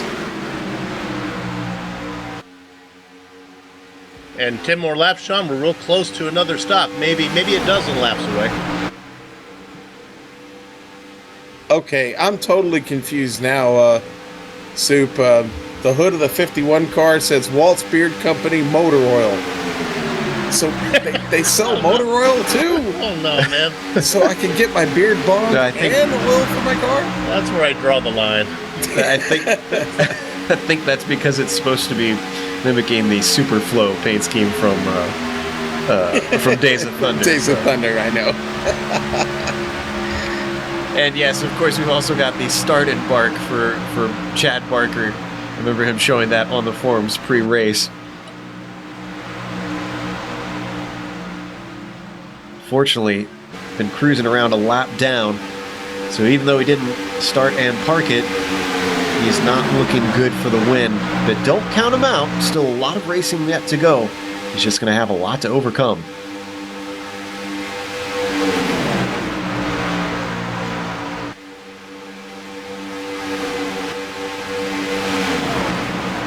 Well, I apologize if this does it, but this has been a relatively calm Daytona 500. There's nothing calm about what's going on here right now. behind Jimbo Pfeiffer, man. These guys are scrambling, trying to get back to this lead pack. Okay, 2 cautions. It's been calm.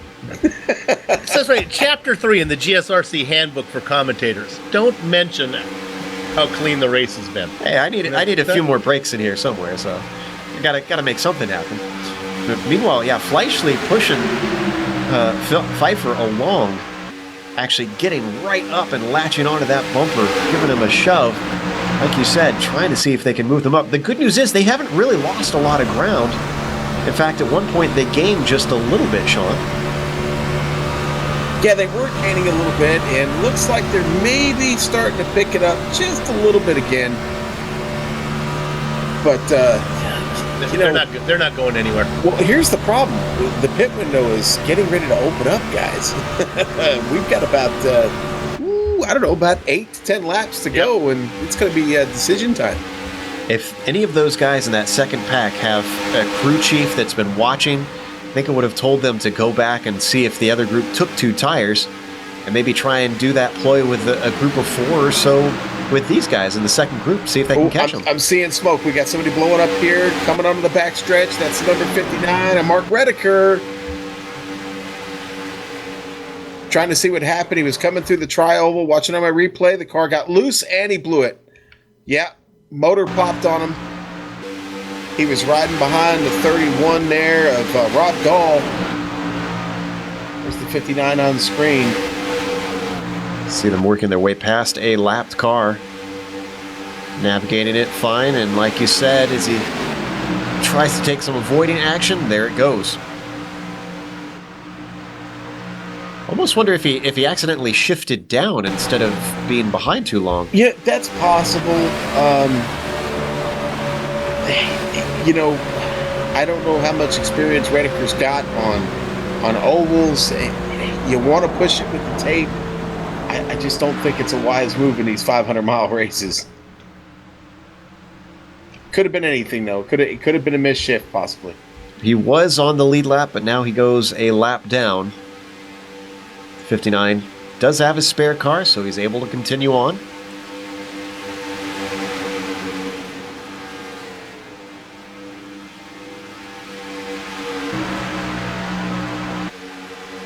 So as now he re-enters onto the track, hoping to salvage something out of this. Your leader still is Blake Reynolds. That hasn't changed. Vavroski still in second, Henderson third, and Joshua fourth.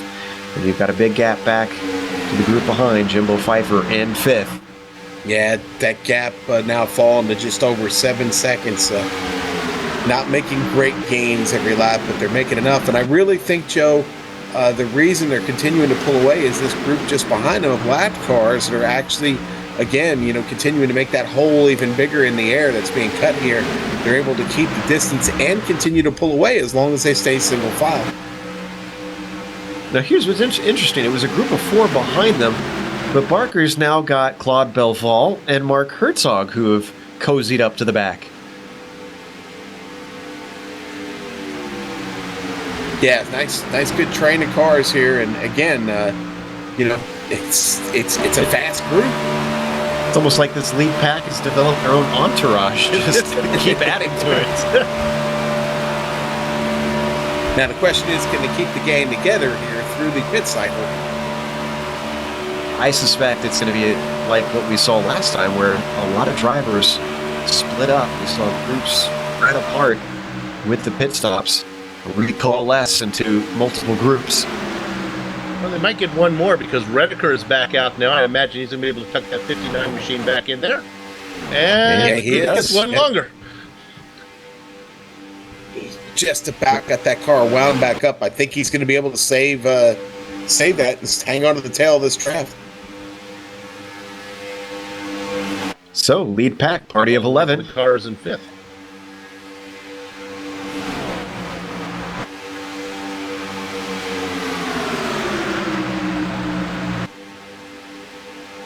However, as we work our way down the backstretch, 2 more corners, and we have hit the halfway mark. And actually setting a blistering pace for this race, Joe. Vavrovsky peeks out a little bit, but the halfway mark is going to be led by Blake Reynolds. He's now the car who has led the most laps at 38. Vavrovsky behind him has led 32.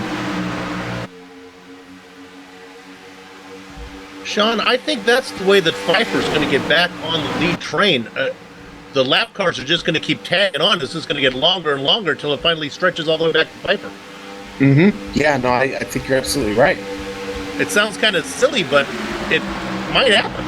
Oh, and we had an accident that we missed. Ethan Moore was involved in it. It looks like... it was Love Lady. Love Lady.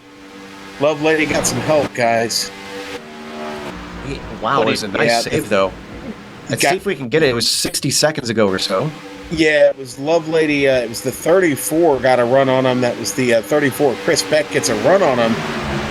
Wasn't able to slow that run up, and unfortunately gets into Love Lady, turns him around. And then look at that. From the 60 machine just pointed straight, and he just kept it going. No yellow. Let's go forward with more. Well, I'll tell you what, 34 really made a move there that I'm not a big fan of. Chris Beck really pushing the envelope there. Sorry, guys, but he pushed it there, and that's what got Love Lady around. Yeah, it took a saw to the nose of that wooden paint scheme of the riding shotgun car. Just about chopped it off. Okay, guys, that lead group making the call. They're coming in. Blake Reynolds going to lead the way. Fleischle saying that he is going to be pitting in, so it looks like the second group as well will be coming in. And I bet you they probably didn't talk about it, Sean, but I bet you it's an unwritten rule. 2 tires for all of us up front, I would think. They took 2 last time, they'll take the other 2 this time. We'll find out now. Here they come. Who's going to be able to stop in time? Big wobble from Vavrovsky, but he gets it together. Everybody hits the mark fine. And look at this behind them. Here comes the lap cars pitting with them as well.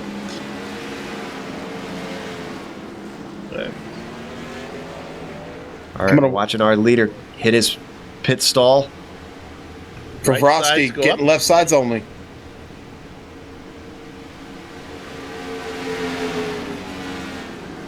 That was the Ryan Toma misses his stall, has to back up just a little bit. And top 4. If Vavrovsky only took left sides, guys, he's down and away. All of the top 4 only took 2 tires again, as Bill said. What's interesting is Reynolds, who was the leader, remember, Joe spotted it. He took left sides the first time. So now he's able to take right sides this time, so everyone else is in the other situation.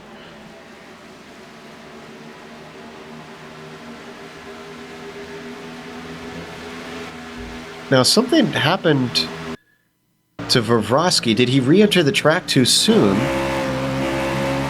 Boy, he drifted out across the yellow line. That's very marginal. It's going to depend, I think, on the kind of mood the stewards are in today. In the words of the late, great Chick Huron, that would be ticky-tack to get that one. There's a phrase I haven't heard in a while. And whoa, the leaders have... Reynolds stretched away from them quite a bit, and now they closed up on him in a hurry. Elected not to pass him by, though. No, I think they like what they have working here, Joe, and they can keep putting seconds between them and the rest of the field if they continue to do this. They're guaranteed a fight here at the end if this thing stays green. And I'm going to be honest, with the way this race is looking right now, I would not count that out as a possibility. I know you talked about it earlier.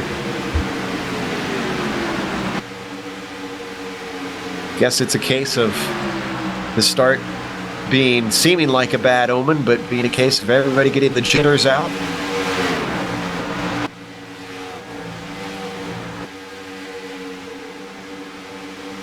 Well, we're hearing that Jason Fleischle only took 2 tires last time. The 77 and the 53 of Carl Burke. Now 5th and 6th, so they've broken away from the pack, but they're not together right now. The 57 is the car that is helping that number 77. That's Mark Herzog, who's a lap down. Of course, an Alliance car, as you can see on screen. Yeah, and they will work together faithfully for the rest of this race. If that teammate can get his teammate to the front, that's part of this team effort here. What's interesting, though, is they are farther down now, though, than before, about 10 seconds back from our leaders. So they lost time. And with them only being a two-car tandem, that's going to be a tall ask, I think, to try and run these guys down. Well, they're about to get some help because here comes another line just behind them, making their way, and that's being led by here comes Carl Burke now starting to close the gap, and of course just behind him, Jimbo Pfeiffer. So here we go. And those were the cars that took 4 tires, is it not? Well, I think this ploy didn't quite work how they hoped then.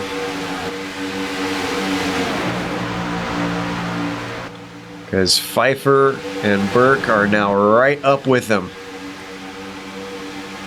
Yeah, the problem is a two-tire strategy only works if you get a bunch of guys to do it with you. An example would be Callisto also took 2 tires, and he left the guys. Callisto and Slavonic are racing together. They took tires, but they're going to be gobbled up soon by the guys that took 4. Well, they've caught him. Now are they going to try and pass him? Yeah. Or are they just all going to stay in line here? Again, there's strength in numbers in a single line. They now find themselves almost 12 seconds back from the top 4. Interesting, though, remember those top 4. They didn't share the news that there was a 2-tire stop with all those guys who were hanging on behind them that were trying to get their lap back. They're long gone. Well, like I said, if anybody's got a pit crew, then crew chief is the word I was looking for. Sorry. If they've got a crew chief up on the box, then I have to assume they've got a mind that was crunching the numbers and figuring out what went on.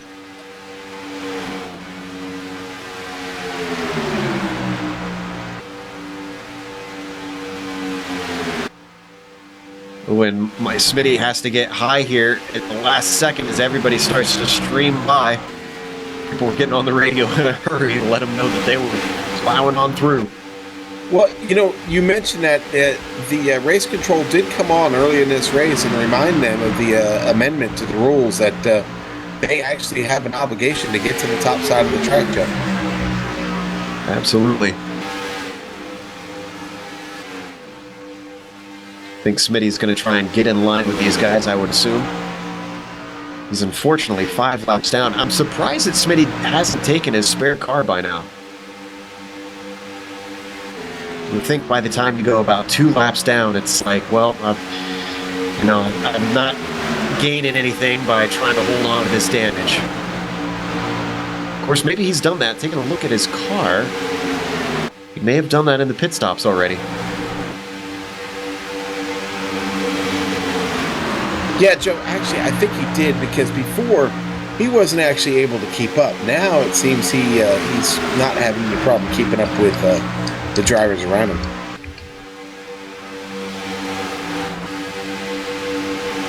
Fleischlich still leads this pack that we're watching of a number of cars, almost a dozen or so.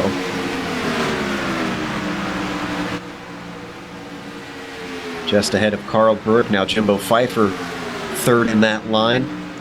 They're starting to get single file once again, working together. Let's quickly go to the number 2 machine, if you could, here for a second. He's flying through some lap traffic. He just went inside, he went outside. He's bringing a train with him. This is Callisto, running back in a 13th position. It is really tight racing back here.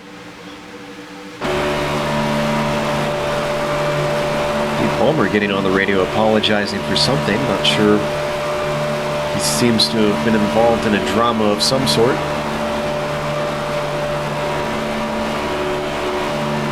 Oh, it looks like they split lap traffic, so they had a slow car low and a slow car high. Yeah, and Lionel said, we're going this way, and he brought along everybody else with him.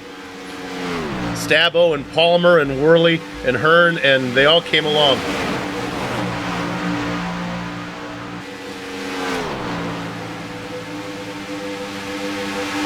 If you're just joining us, once again, we're watching the Daytona 500 presented by GranStand. It's the third round in the Pacific Majors, and it's all live here on the Global Sim Racing channel. Your leader has been for many laps now, 50 of them, in fact, Blake Reynolds, with Trevor Vrosky holding down second.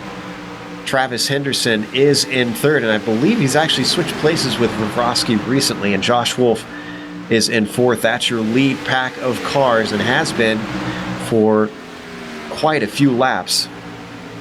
Well, Blake's teammate Ethan Moore getting out of the way there, the 027 up top there with the Alliance car, the 111 of Trevor Clement. They get to the high side and get out of the way of the leaders. They all get by smoothly. All right, so question for you, Sean, since I know you do a lot of crew chiefing.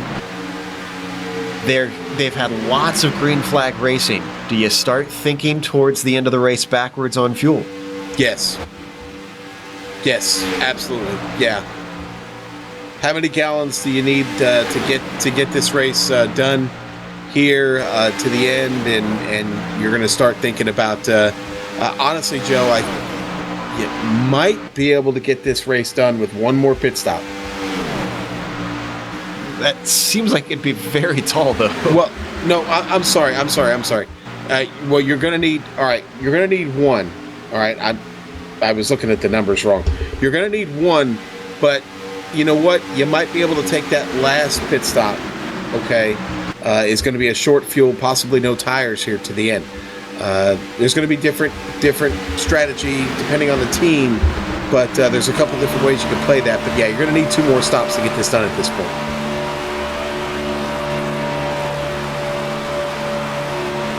So we ride on board with Beltrami, coming back to complete another lap. The one thing that's interesting, I'm not sure if we could get maybe a chopper cam coming through turns 1 and 2 here. I'm starting to see that low line get really black. Look at that. There, you can see it on screen.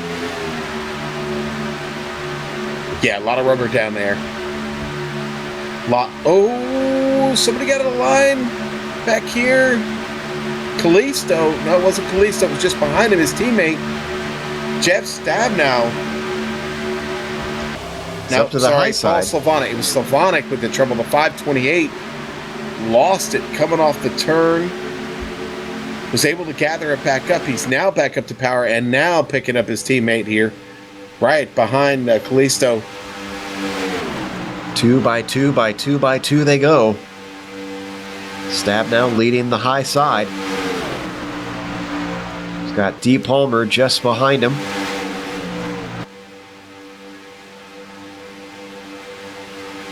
Richie Hearn also in that pack with Ryan Worley. Actually, this is a very talented oval pack right here. Yes, it is. Considering how far back they are. This is a pack that has a chance to win if they could just get a yellow. I kind of think Kalisto's out there saying, when is it going to come? I think you've got to stop gambling on that strategy. If you're gambling on the yellow at this point, I think you need to stop. Well, he has that's the only cards he's got in his hand right now. Yeah. And guys, I have some bad news. Adam Young has officially parked it now. He just put it in the wall about a lap ago. He brushed it up there. And I think that was probably enough for him. Yeah, he even got on the chat and said that the pain is too much.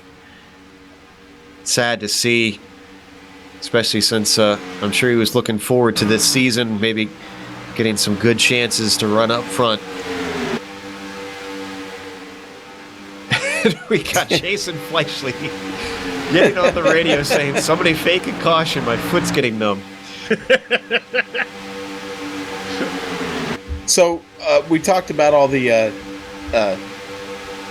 paint schemes, the wonderful paint schemes we're seeing here, the Days of Thunder's paint schemes. That's actually Dog Bear Racing, that team, all rolling with the Waltz Beard and Days of Thunder schemes. That makes sense now. Now, here's the good news, though.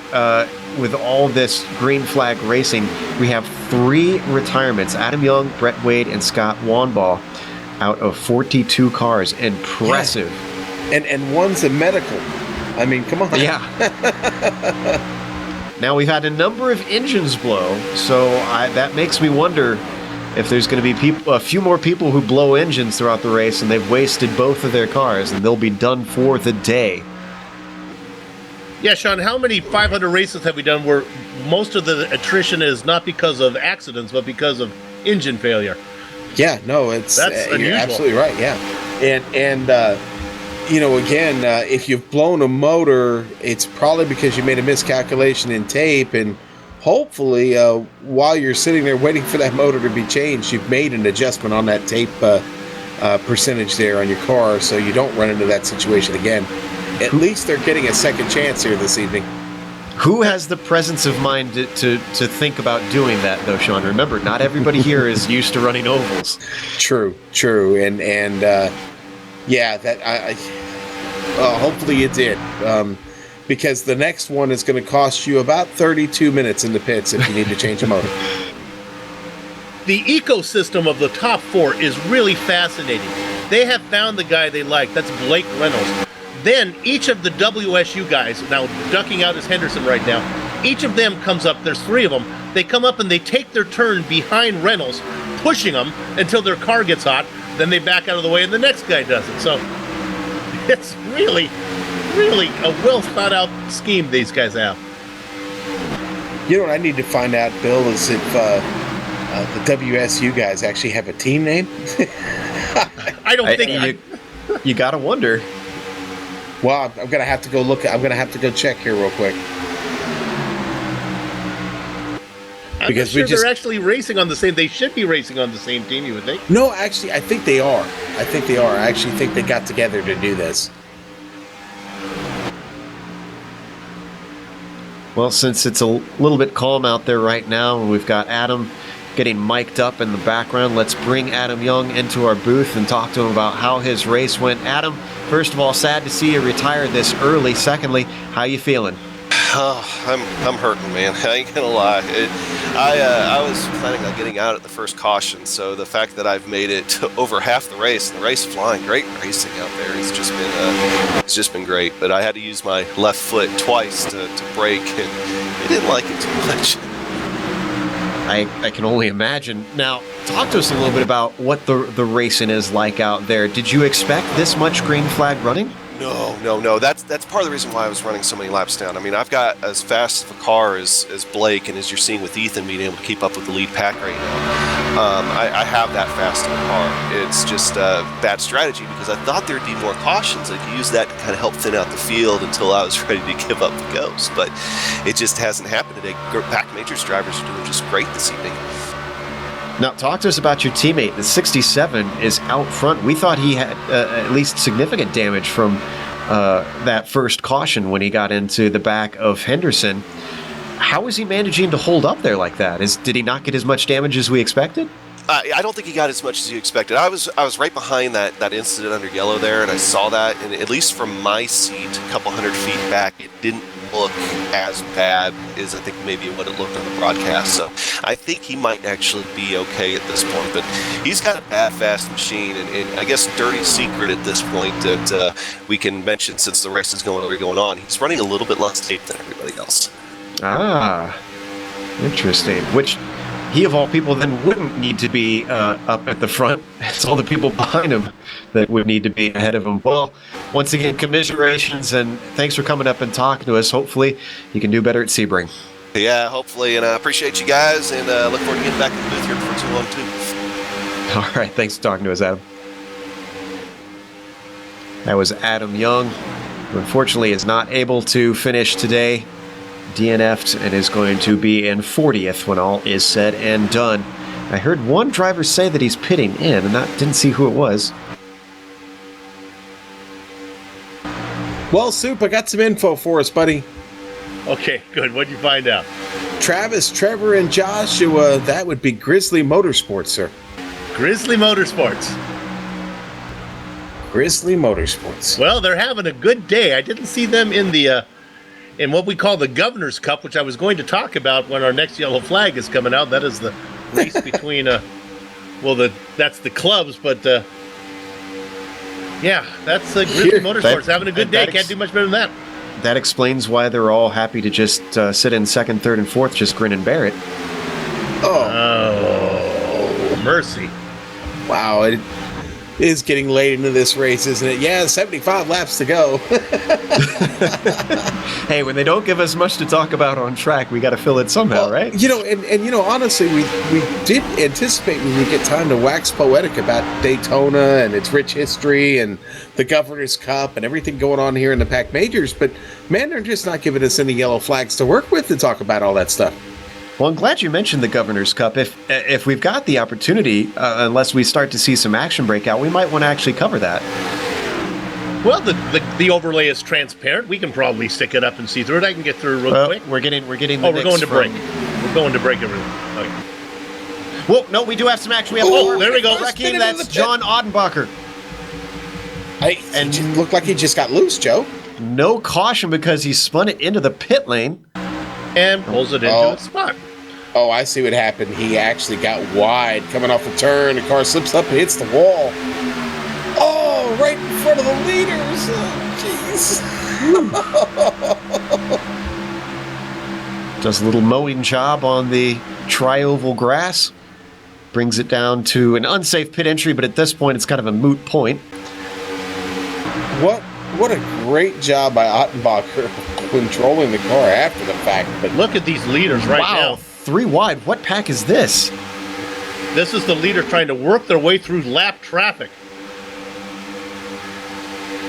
Oh, and did they lose Josh Wolf back there? They lost one.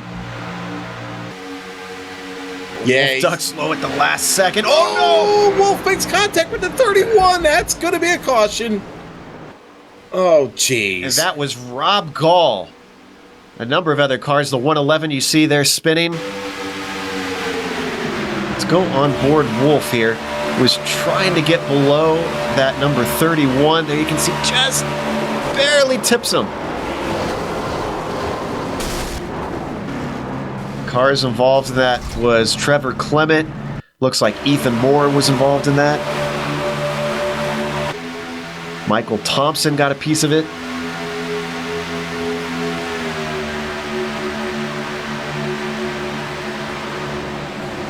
Wow. Couldn't last forever. Number of cars taking significant damage. Now, what I wonder about that's not the first time we've seen, I believe it was dry lane being lapped on the low side. Yeah, and that was a bit of desperation on Wolf. He just didn't want to. I mean, that's his whole race if he loses contact with those guys. That, to be fair, they were too wide when the leaders came upon them. Michael Thompson was on the high side, and it looks like Matthew Thunhorst could not get up there, and that's why maybe. Oh, yeah, I'm looking back at the replay, and that's why they started to split them up the middle. Well. Trevor Borowski and Travis Henderson both with major damage on those cars. Although I'm not seeing that on screen, it's what I'm seeing on my screen. No, I think Henderson's okay. He was ahead of that. Henderson and Borowski should have been. They should be clean. That's probably an error. That is odd. Yes. All right, so we leaders. won't talk about what I'm seeing. Leaders are in the pits. We're getting one driver protesting. Oh, it's Travis Henderson. Yeah, he's protesting what the lap cars did. I kind of wondered if maybe someone would complain to the stewards since they're supposed to go to the high side. Oh, and J.D. Willis missed his pit stall. That's not going to help him.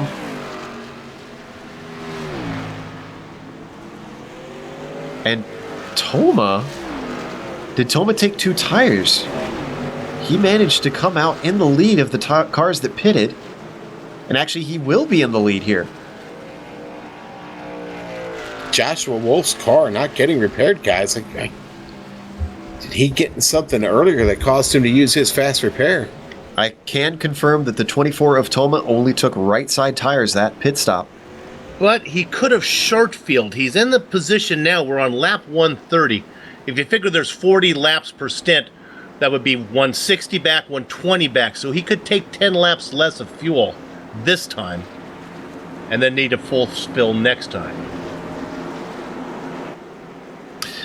Well, we'll find it out later as we take a short break here on the Global Sim Racing channel. Again, stick around. You're watching the Daytona 500 presented by GranStand, round 3 of the Pacific Majors.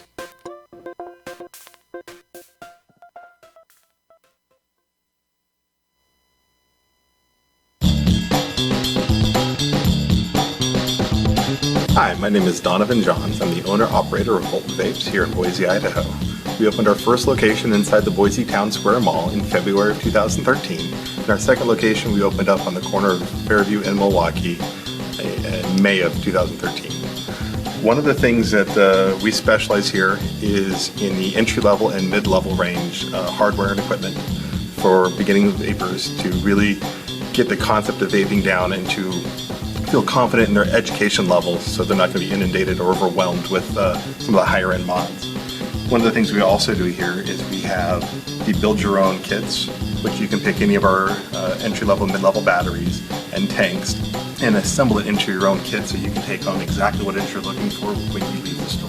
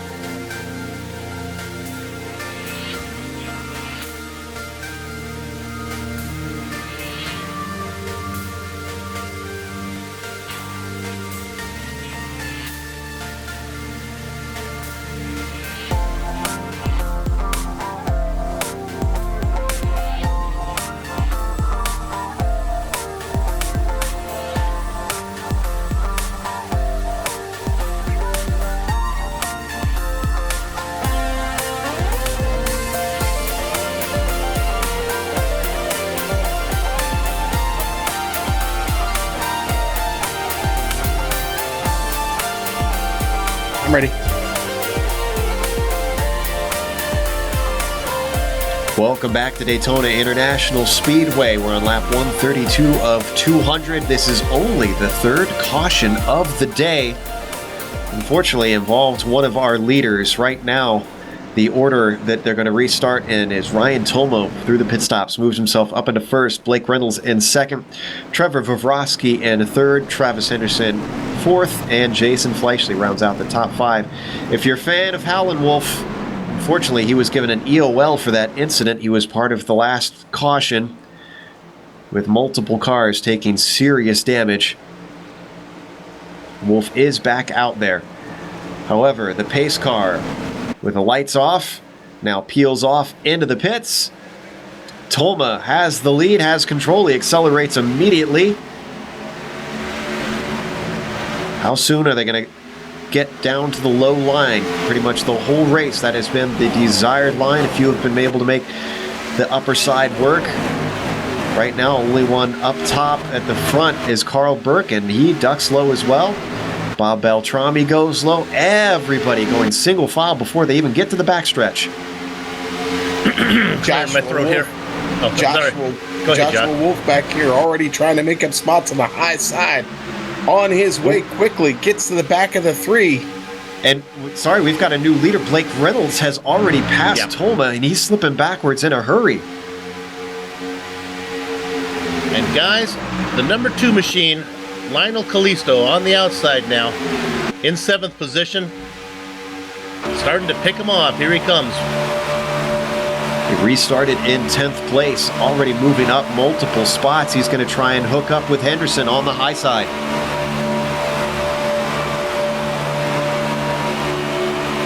That car is tanned, rested, and ready to race. Let me tell you, the number 2 machine of Lionel Callisto. We were saying he needed a caution. He got it. Dutifully took advantage of it. They're still trying to work that high side. The 124 leading the way. Reynolds on the low line. Your leader once again. He's led 69 laps. Going to make it 70 at the line.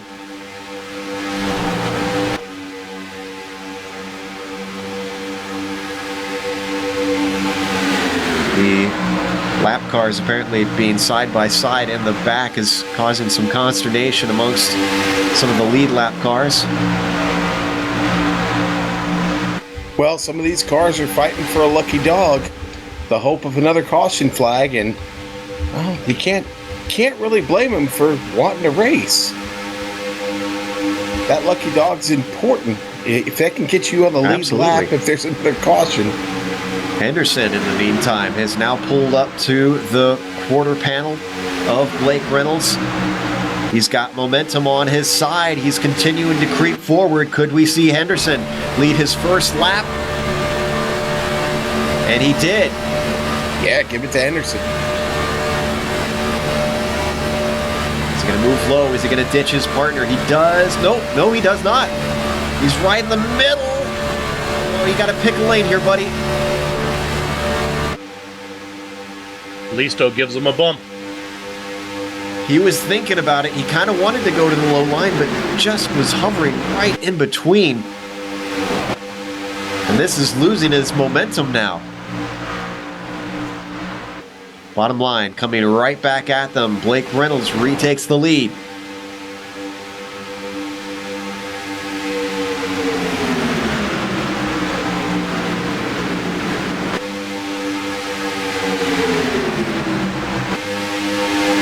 Well, they've got no traffic in front of them. Plenty of racing to go here. They can keep doing this for about as long as they want. This lead pack goes a long ways back, down to David Baker in 14th.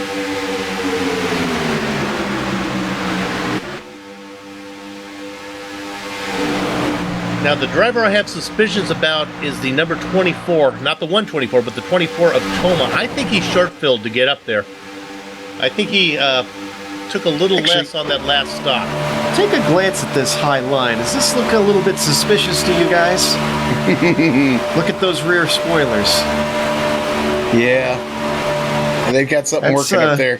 Yeah, I think Alliance has decided the high line is for them. The only car in that line that is not Alliance is the lead car of Henderson. Just line astern, my goodness. That's why they're called the Alliance. Yeah. Well, I'll tell you what, Henderson will take all that help he can get from behind there. Well, if you say that, he says no thank you as he tucks in now. I think that's probably good news for Callisto. I think Callisto was the fastest car on that top line. Let's see what he can do now instead of pushing. Let's see what he can do in the front. And Carl Burke was not happy there for a moment. Whoa, Henderson! He gets tipped. He's moving backwards. He spins. Everybody tries to take evasive action.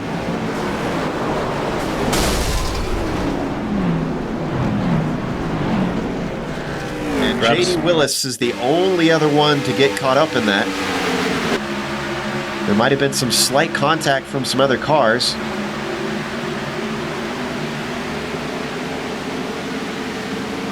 Henderson just loses it down there on the apron. Carl Burke continues to get on the radio to express his displeasure. I suspect the stewards might be getting the mute button in a moment. You know who really got the worst of that? The 71 really collects him. Brian Bennett gets in hard. Jimbo Pfeiffer right there, no place to go. Jimbo gets major damage there too. Yeah, that onboard view really gives you a good sense of the hit that we got. I can understand the frustration with Henderson, but you have to remember, Henderson, that's a car that's been running in the top 4 the entire time. Without any problem. So, you got to kind of know who you're calling out a little bit. Yeah, I agree. Well, I have bad news for you, Bill. The number 25 of Mark Walls, one of the Beard guys, took serious damage, and that's going to slot him down into 17th before he goes in for repairs. And I've got to start to think, Joe, some of these cars have run out of that free repair. It's going to probably be time to spend, serious minutes down on pit road if you have any damage at this point. I wouldn't be surprised as well, but who's going to take it and come in for repairs? It looks like one of the cars involved in the accident, Carl Burke, has to come in. I think Beltrami as well. Look at this, but some of the leaders are coming in. Reynolds is coming in. That surprises me. So does Vavrovsky. Sean, you only had to stop one more time. This stop is not going to help you. You can't go the distance from here. You're still going to have to stop, exactly. Maybe a shorter stop is all they're thinking from here? I guess, but... Yeah, I mean... Yeah, well, they could do, a shorter stop, but still, now they're in the back with all the nonsense that comes with it. Well, I mean, strategy a lot of times is weighing the risk versus reward. And wow, up front, as we point our cameras, Lionel Kalisto leads the way, and he's got all kinds of support. Toma, Fleischle, and Slavonic, all teammates, backing him up. So, that said, speaking of teams and the worries of championships and whatnot, let's go to the Governor's Cup, Bill. This is a fun one to look at. This is one you are just slotted in depending on where you actually live. You have no choice in this one. Northwest team. Now, this is the first season we actually have a battle on this one. It looks like the guys in the graphics department didn't want to put up the points behind. They put up the actual points because they were so close. Northwest, 1769, but so close back as the West team. Then a swap of position between Texas and California, but all within 169 points of each other. And that's basically nothing when you consider there's like 2,000 points there for the top place team. Canada, on the other hand, their first time into the series, going to get a little bit of momentum, sitting way back there, and Great Plains, having Great Pains, right? Yeah, really. In last place. Sometimes the puns come on their own. Okay, naturally, there you have it. We got some We more have time cars. to look at one more. Let's go ahead and talk about my favorite one when we're talking about Walt's beard. Well, here's one for the guys with the beards, and this is the Legends category. These are for guys over 50, and it helps if you're overweight and balding as well. Brian Bennett in first place. Brian Barnes in second position, 17 back. A couple of Northwestern guys there. Bob Beltrami, we see him 28 back. Rob Gall, 52 back for the West. And then Wayne Hutchinson, 64 back. And if you take a quick look at that, you can see that Mountain West Motorsports has 3 of those top 5. Apparently Mountain West, they like them old there in that club. So that's our Legends category. That's why they call them mountain men. Yeah, the lights are still on. Do we have them bring up the last one? We'll talk about the sportsman. This is for guys with I ratings of under 2,000, another one that I would belong into. So we're not going to see a lot of these guys in this race here today because a lot of times they end up in the second split. Scott Gruber and Trevor Clement, though, he's here tonight, I believe. Oh, Mark Waltz, who we just talked about, sitting in third position. Actually tied for third position with Jared Morgan. And then there are 2 drivers who are tied for 5th place. So there you have it. Many, many categories here in the Pacific Majors. And trophies galore for this. And then, of course, there's all the individual club awards. And it's quite a lot of things you can win here in this series. It's a fun group. Well, with the racing being so close at a place like Daytona, the nature of plate racing, the stewards have paid attention to who's got a good connection and who doesn't. They've given Ryan Worley a bit of a heads up to pay attention to his. They've been noticing him blinking, and they're letting him know they're going to ask him to drop to the back if it continues. Tell the wife to turn off the Netflix feed, I guess, huh? Would that help? Hopefully. Lights are out. Their restart order is going to be Kalisto, Toma, Fleischle, Slavonic, and Worley for the top 5. Baker is going to restart in 6th. Vavroski in 7th. Lost a number of positions on that pit stop. Richard Hearn going to be starting in 8th. Blake Reynolds way back in 9th. And Carl Burke in 10th. I believe we have GSRC Sam Ryman in the driver's seat of the iRacing pace car today. We do not. Oh, you were... I thought we had you driving it the other night, actually, Bill. We put you in the car. I thought we had Jimmy Hoffa in the pace car. That would be a story. Give us There a we can wave, see Sam. The Mustang. Lap 143 going to restart on 144, getting very close to the last quarter. Okay, Vavroski and Hearn, they're sitting 8th and 9th right now. Those are the guys who came in, 7th and 8th. They came in and topped off. So they'll have a shorter stop than the rest of the guys. The top 6 all stayed out. We talked about Blake Reynolds, who pitted from the lead. He's sitting in 9th.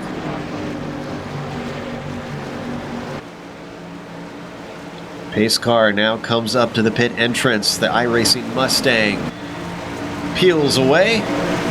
Lionel Kalisto immediately gets on the gas, does not wait. How coordinated is this team? Very coordinated. Look at that.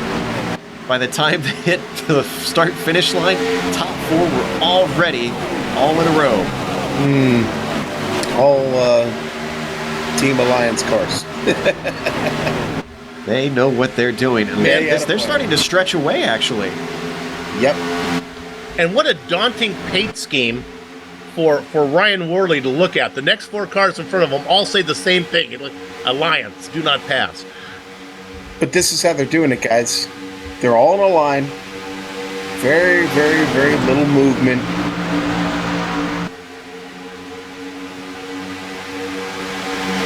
Toma's talking about, I guess there was some debate about them moving down that quickly, if that was against the rule. I know you're supposed to hold your line and not swap before the start-finish line, but they all kind of, I mean, that was coordinated, so. It's not like they cut anybody off to do it either. Yeah. Just kind of broke free and did it. Well, unfortunately, they did not break far enough away, because Worley has caught up to him. He's brought Vavroski with him, as well as Baker. Richie Hearn in that. Blake Reynolds. They're starting to drop Carl Burke and Jeff Stab now behind them.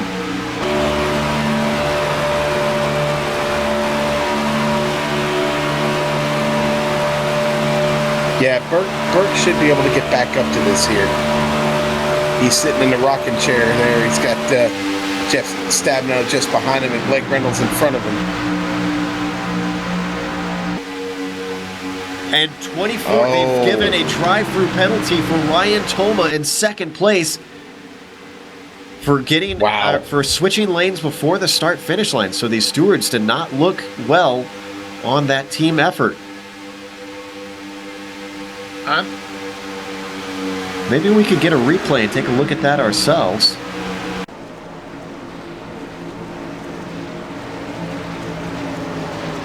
Here's the restart.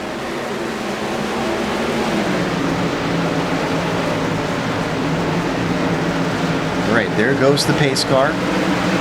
24 is before the start-finish line, and he's down low, and the car behind and fourth is not, so that's why they only penalized the 24, because Paul Slavonic waited before he got down onto that low line. Interesting. I'm gonna have to support the judges on that one. It was a violation, yeah. When you're working in IRT, when you start cutting corners and saying, "Oh, I didn't," that's when you get on a slippery slope. You gotta just stick to the rule book. That's your best bet. He's already taken his penalty, so that team of 4 has now become 3. Kalisto, Fleischle, and Slavonic, your podium. Well, there goes my pick. Well, the high line's starting to come in. Here comes Ryan Worley, pops up because he saw the car of Vavrovsky starting to cruise up behind these guys. Well, that's going to put Toma a lap down, but it's also going to put him at the front of the line here for the lucky dog. He's just got to hang on. I think when things starting to heat up now, Sean, I think another yellow is probably a pretty good bet. Boy, things getting close between Worley and that low line, trying to use that side draft to get up by these guys. Yeah, and Trevor back there doing everything he can to help him. Oh, look who else slipped up there. Blake Reynolds. Yeah, now they got Mr. Outside up there. That 67 machine going to tuck back in behind them. I think once he gets out around the 70, once he gets around Hearn. He's trying to pull that draft, but he's just not quite close enough. Worley, in the meantime, continues to climb. Richie had to check up there on David Baker. Oh! Fleischle drifted a little bit high. Didn't make contact, though. Give a little tip of the hat to Richie Hearn. Remember, he had that incident. I have him scratched off as a contender here, but I forgot about the free pass, so worked his way back up there. And Worley now has the momentum. Isn't quite past. He has not led a yes, he has led a lap. He's led 4 of them, but he did not lead that one. Yeah, he was our leader early. How cool would it be, though, for Ryan Worley to have both an Indy 500 and a Daytona 500 under his belt?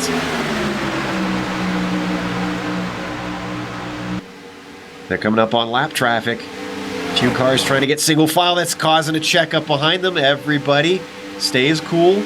Thomas Lovelady stays high. They're going to be 3 wide for just a moment. Lets them by. Well, Lovelady had his teammate Richie Hearn coming through there. They get by clean, and boy, I'll tell you what, Blake Reynolds doing a heck of a job up there on the top side.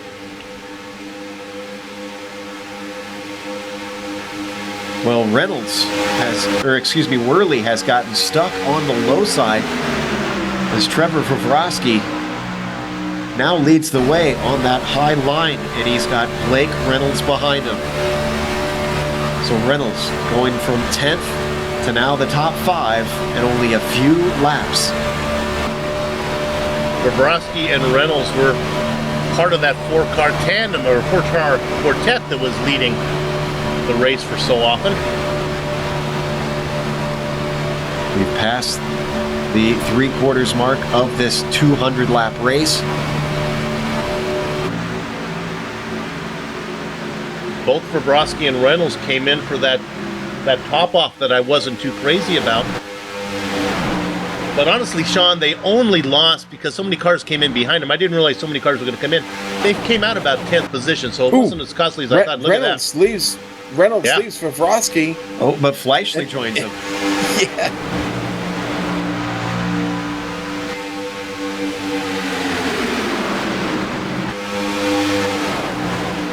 Getting a little bit of a push from Vavrovsky now. Worley was also giving a healthy shove.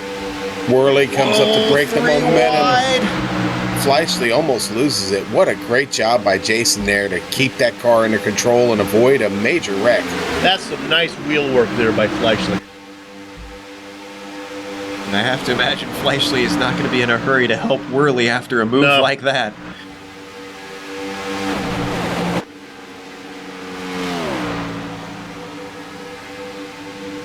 Fleischle getting crushed now on the outside with no help. He's going to slip all the way back. He's in 12th. He's got more cars coming up. Now 13th. He was making a run for the lead, and that's good. Well, a little bit of poetic justice. A little Worley stuck on the outside now, too, as the 40 begins to drop.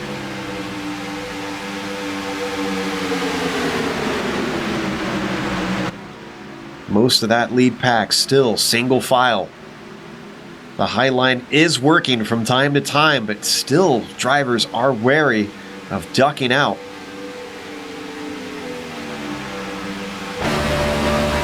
So Alliance started this restart with 4 of them. 1 got a penalty, went a lap down. Another of them had to make a quick bit of wheel work to try and get out of the way of a potential accident. He has slipped the back. Now it's to 2 with Lionel Callisto and Paul Slavonic leading the way. Worley stuck on the outside right next to Fleischle. I don't think Jason's going to make any room for you there.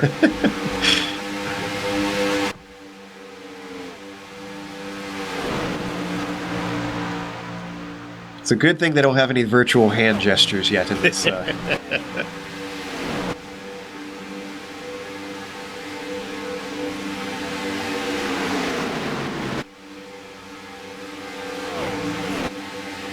Uh-oh, Richie Hearn now making a look on the outside. Yep. He's going to need some help, or he's got a little bit of help. Yeah, and they're coming up on Toma.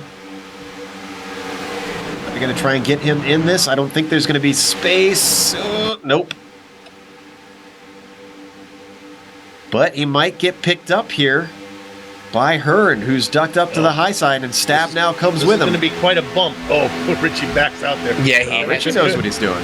Yeah, you can't bump him there going into the turn. That would have been an ender.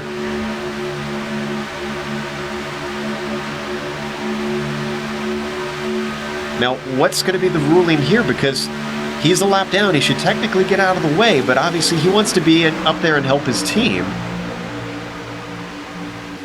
Oh, big check up behind them. Car's ducking out of the way. Stab now gets into the back of J.D. Willis. And everybody continues on. Let's look at that replay. Gosh. This all started with a bobble from Willis, I believe. Gets tipped in the quarter panel by the number 79. Or is that 19, actually, I think? Yeah, it was 19. Got a piece of them there. D. Palmer got into the back of Beltrami. Beltrami ducks up high to get out of that. Well, this has split up that front group something fierce. And actually, Jeff Stabbo, that's who got into the car in front of him, has come in.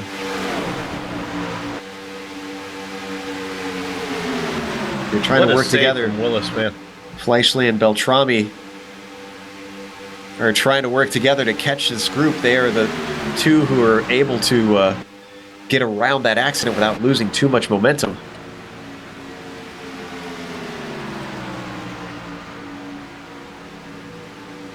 All right, with that shuffle, your order now is Callisto, Slavonic, Vavrovsky, Hearn, Reynolds, Worley, and Baker in your top 7.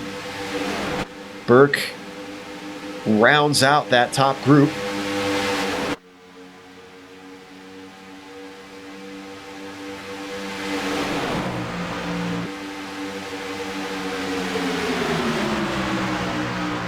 Now 159 laps into this race. I said this earlier, and I'm going to say it again. I'm really impressed with the pace of this race this evening, Joe. Of all the Daytona races we've watched here over the past couple of weeks, this one seems to have the best pace. And what a fascinating ebb and flow that the leaders have had. Vavrovsky's still up there. He's been up there for a long time. Reynolds is still up there. But we've seen these top guys swap around quite a lot. Comers and goers, as they like to say on the NASCAR broadcast. That's right. And everybody up front on a different strategy right now. You have the haves and the have-nots here. And about half of these guys are going to have to peel off 10 laps earlier than the rest of them. Right. Or they all peel off together, and some guys are going to take a little less fuel, so it'll be interesting. You ride on board with Reynolds?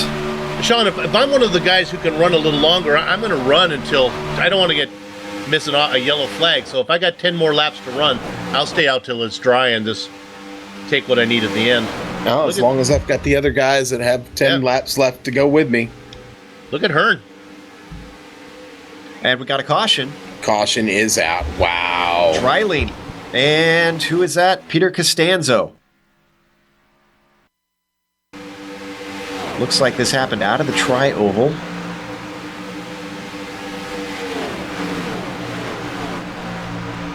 Big impact onto that inside wall.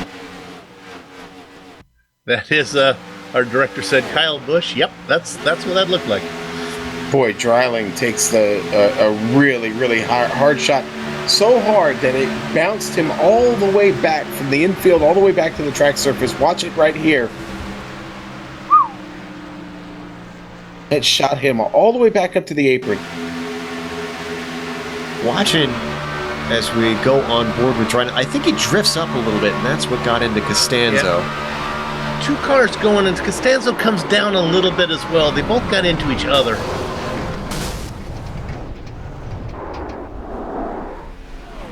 And I'm thinking after a hit like that, the 911 is thinking he's glad it's only virtual and doesn't have to use 911. I don't think, unless they have a spare car, either of those guys are going to be continuing. Well, I'm sure Costanzo feeling pretty bad about letting down his big brother George at this point. I'm sorry, wrong one. I made that joke in the first race, so oh, I missed it. Okay, it's easy fruit. It's low hanging, yes, sir. We got a few cars eyeing coming in. Oh, I think they're all coming in. Yeah, this is all right. This is get you home from here. Some will stay a little longer than others. How many tires do you take to go from here? 4. Personally, give me 4 and enough fuel to get to the end, and I'll, especially if I'm a fast car like Blake Reynolds or Kalisto. You know, Larry McReynolds made a comment today on the broadcast. Larry McReynolds of Fox Sports, who was once a crew chief for the great Dale Earnhardt Sr. I know, I heard this too.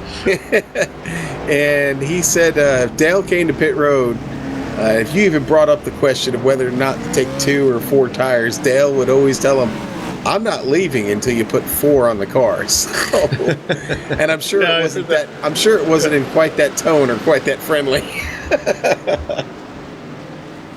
So, Sean, what this comes down to now is about a 35-lap sprint race. Mm-hmm. Gonna be fun.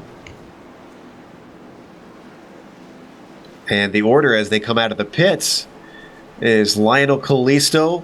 Carl Burke, interestingly, has moved himself in a second. Blake Reynolds in third. No surprise there, him being up toward the top. Jason Fleischle, he's in the running for it once again. And fourth, Mark Walls fifth. Richie Hearn sixth. Chad Barker seventh. Paul Slavonic eighth. Ray Partridge ninth. And Dee Palmer rounds out our top 10.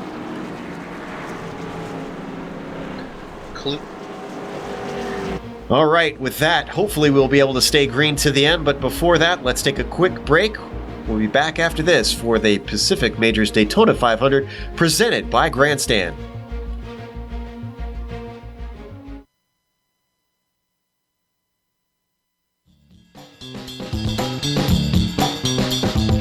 Hi, my name is Donovan Johns. I'm the owner-operator of Bolton Vapes here in Boise, Idaho.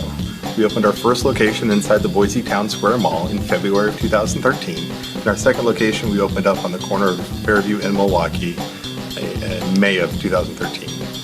One of the things that we specialize here is in the entry-level and mid-level range hardware and equipment for beginning vapors to really get the concept of vaping down and to feel confident in their education levels so they're not going to be inundated or overwhelmed with some of the higher end mods. One of the things we also do here is we have the build your own kits, which you can pick any of our entry-level, mid-level batteries and tanks and assemble it into your own kit so you can take home exactly what it is you're looking for when you leave the store.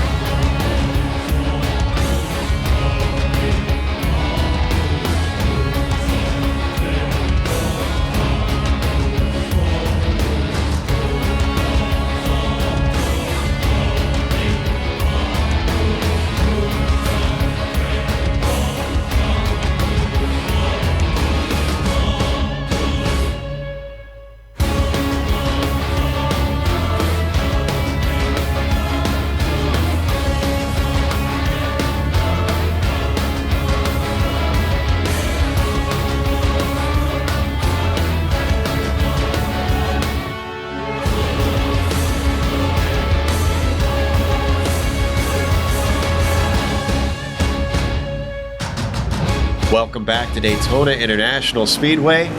Lionel Callisto is going to lead them back to the green with 35 laps to go in this 200-lap race. You're watching the Daytona 500 presented by GranStand. It's round 3 in the Pacific Majors.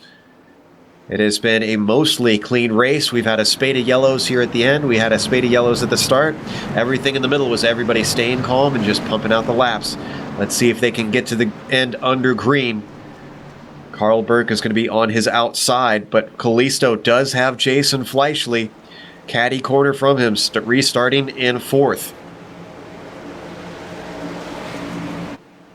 Pace car now coming up to pit entry as the Mustang peels off. Lionel Callisto accelerates away. Stewards gave a reminder to stay in your lane until you reach the start-finish line.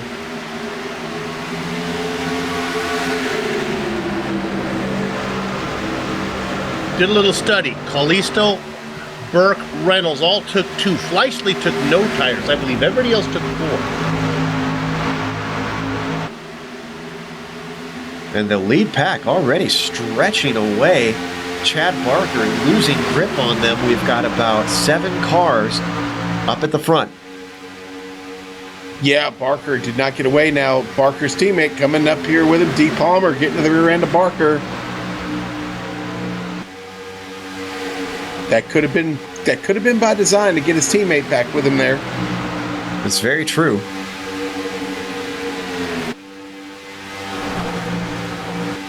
Partridge also in that mix. All right, top guys are all single file. And you are right. It looks like Barker is closing the gap very quickly now that he's got some help behind. So your order: Callisto, Burke, Reynolds, Waltz, Hearn, Fleischle, and Slavonic. And Waltz is probably thanking his lucky stars that he had his spare car this late. Remember, he was involved in a big accident earlier on, not too long ago.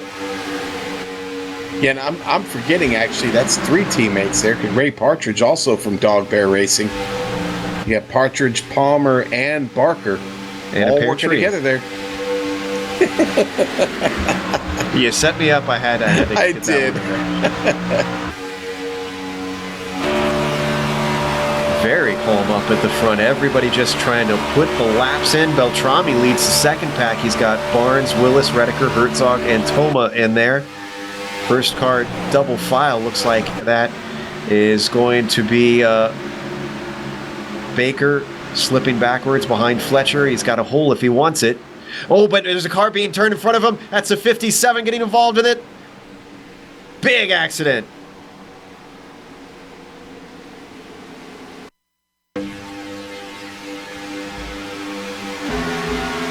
Watch the replay. It looks like that was started. It actually started just ahead of Toma.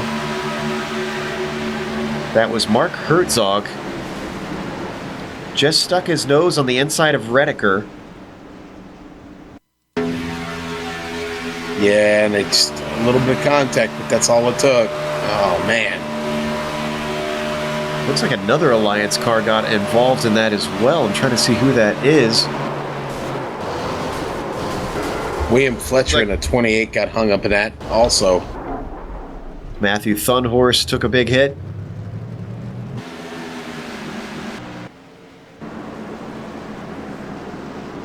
I don't know if that counts as our big one, but that was a lot of cars involved in that incident. Yeah, it was a lot of cars. The Trevor Clement, the 111 was involved in that. The 98, Matthew Thunhorse was involved in that.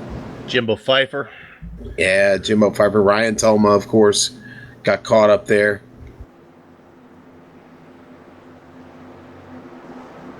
Well, that was a very quick restart. So drivers are going to have to do it all over again. Getting a little bit of yellow fever. Patience starting to go out the window here as the laps dwindle down. You know who else caught bad damage on that deal? Trevor Pavrovsky. Catches heavy damage on that car. He almost got through. I don't know if we can get that replay up. Okay, let's look at it one more time here. looks like he's going to get through, and then he winds up getting damaged basically on all sides of the car. But guess what? He had one fast repair left. He's getting out of the pit now, but let's look at the replay here. On board with Vavrovsky. Yeah, the nose got a pretty good shot there.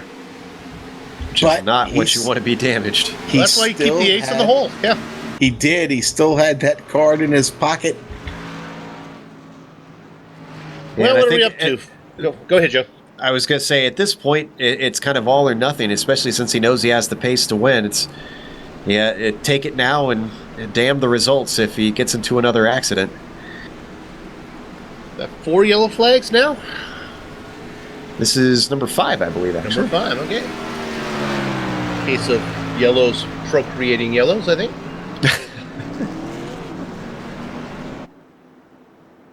Yeah, it's a feature of this type of racing. Unfortunately, you get everybody packed up together. And it's a lot more likely you're going to see more of those cautions come out. Hopefully, though, we can get away from this.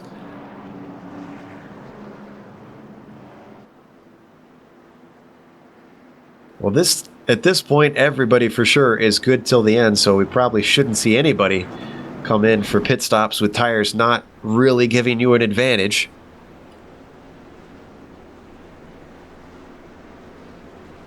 Now, the 2 guys up front that have liked the high side that I've noticed so far is Reynolds and Hearn, so I wouldn't be surprised to see them go up top and see what they can do.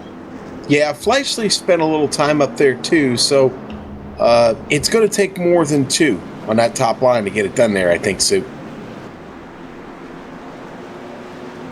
Although, I say that, and Blake Reynolds seems to be a driver that's been able to make that work since the green flag dropped in this race today, although he is going to restart on the inside line. So will he work his way up or will he stay down? We'll see.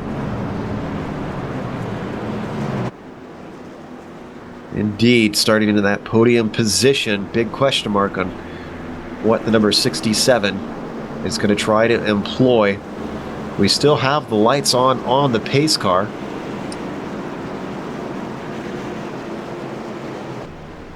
While we had plenty of cautions in round 1 at the Snowball Derby, with it being such a short track, we have very short cautions. 2.5 miles to go. Cautions tend to be a lot longer here at the super speedways.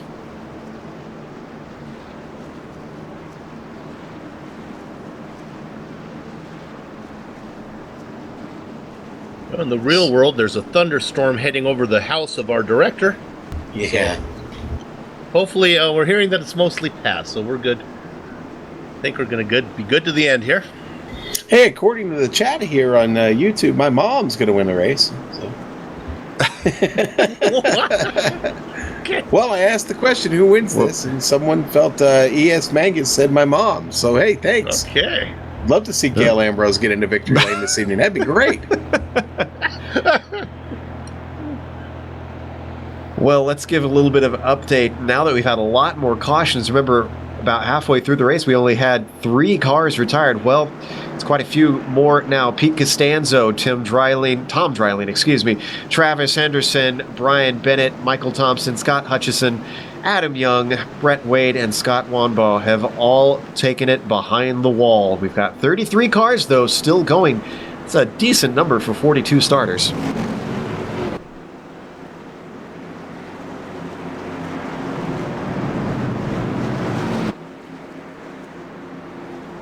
Almost feels like the start of the race all over again. I've got that butterfly in my stomach right now, fluttering around. I'm sure the drivers are sharing this sentiment with fewer than 30 laps to go. Everybody knows what's on the line. Pretty much the Pacific Majors consists of all major events that they're mimicking. The big ones that all drivers want to win for their prestige and their history. This one especially, though, I feel like they have their crown jewels, and this is considered one of them. I wouldn't be surprised if we see some extra effort from drivers to make sure they get up for that P1 when the checkered flag waves. Also had Mark Redeker getting an EOL. I believe he was involved in that last incident that started this recent caution. So as the pace car comes up to the pit entrance, the Mustang peels off. Callisto leads the way once again, make that 31 laps led by Little Train. Number of drivers immediately moving to the bottom line, not wanting to try the top side. Carl Burke among them now. He cuts the nose off of Richie Hearn. Wow. That was close, guys. That was almost caution number 6. So what does Blake Reynolds do here? Yeah. Blake Reynolds, we were wondering if he was going to go to the high side. He stayed low. In fact, nobody is going high in this top group. They once again are able to streak away. I think Chad Barker's going to have to work on his restarts. He loses ground yet again.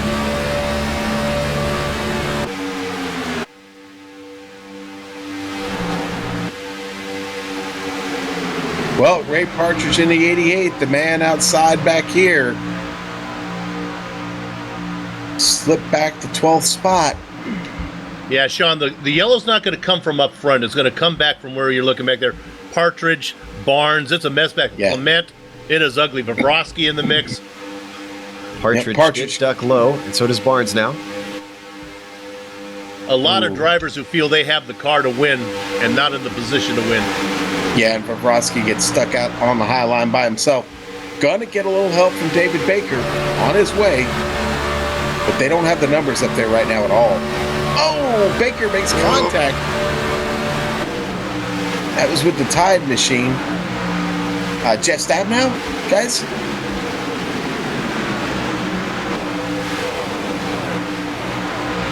Not sure if we're getting a replay of that or not here. Let's take a look at it from outside. Yeah, they made door-to-door contact. Stabnow in the 19, that orange Sim stuff machine. Sorry, not Tide. Another one of those dog bear guys confusing us. Hey, you're going to see here coming out of 4. Nice job by Stabnow.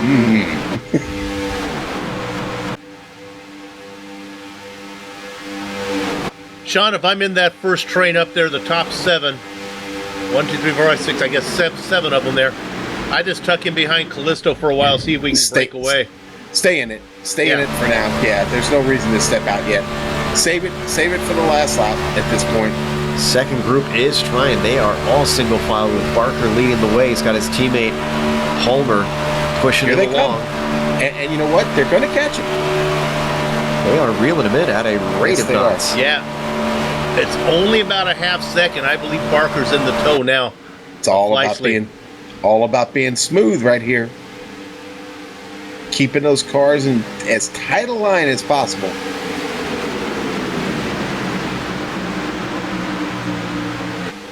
Vavrovsky was wanting to get to the low line, and apparently Mark Herzog was not happy about the spot that he was trying to do it in. Now Vavrovsky finally slips down to the low line. Those guys are starting to lose touch with those ahead of them. Here comes Chad Barker. He's catching Fleischle.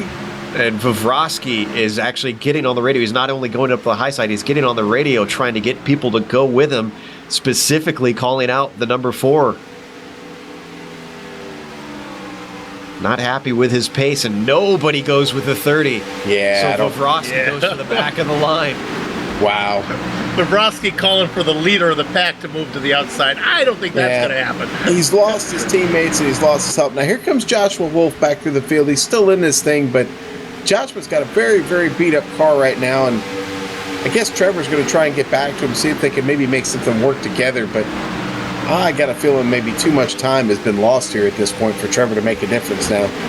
Again, I don't think Josh has got the car to push him. Well, it's a 12-car train now up front. At this point, with the amount of shuffling we've seen, I would not put anything past anyone on who is going to wind up where. Right now, though, Lionel Callisto leads yet another lap. Number 37 on his belt. Brian Bennett getting lapped as everyone stays low in single file. Whoa, as I say that, Partridge gets into the back of Willis and goes way high, but collects it back together.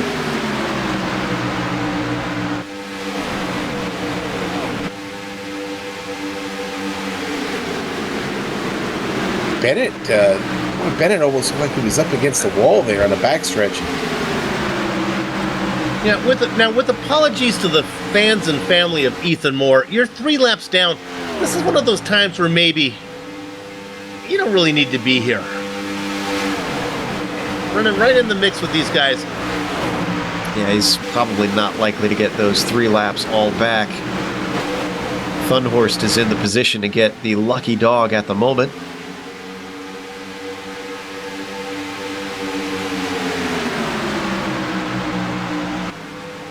Well, Sean, we're on lap 180. What time is it?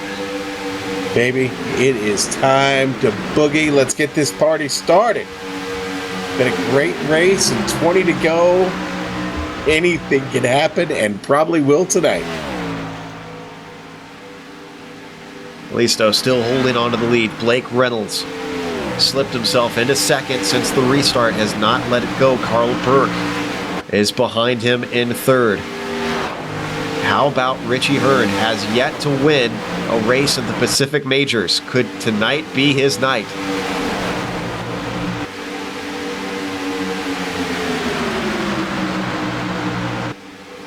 They're going to lap Jimbo Pfeiffer, who dutifully goes to the high side.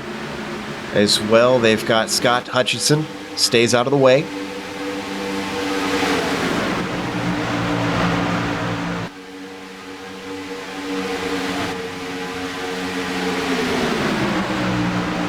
Well, you can only stay single file for so long, Sean.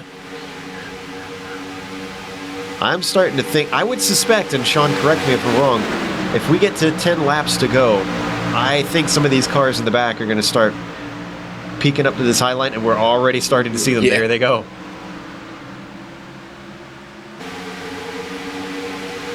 Partridge tries to join him. Stab now gets up there. Looks like Palmer is in that. Actually, that's a bunch of those, what was the Dog name? Bear. Dog Bear. Dog Bear up to the tie side, and Barker.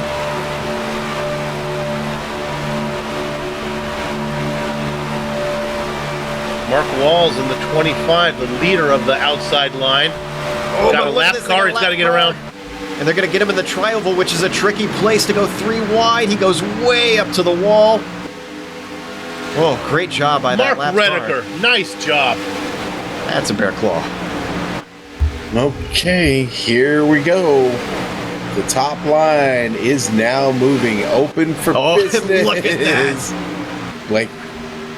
Blake Reynolds tries to go high, but he's denied. They're going to go 3 wide, and they've got a car on the low side 4 wide. Oh, boy.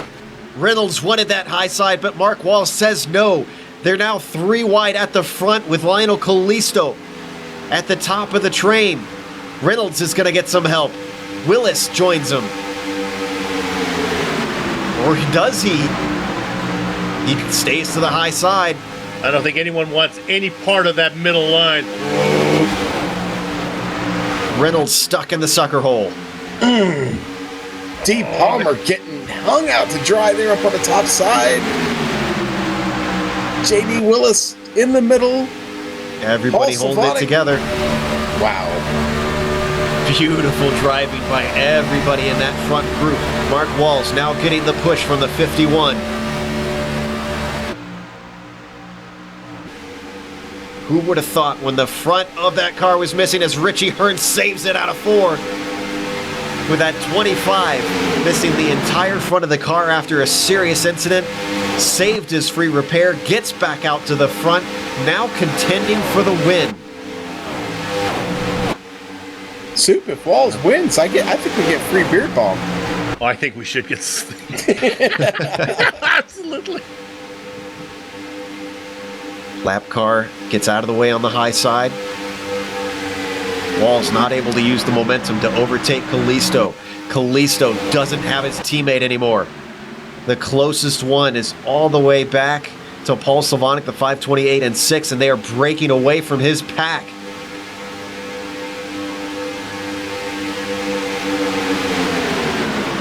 Dog Bear Racing fighting on the outside. Save it!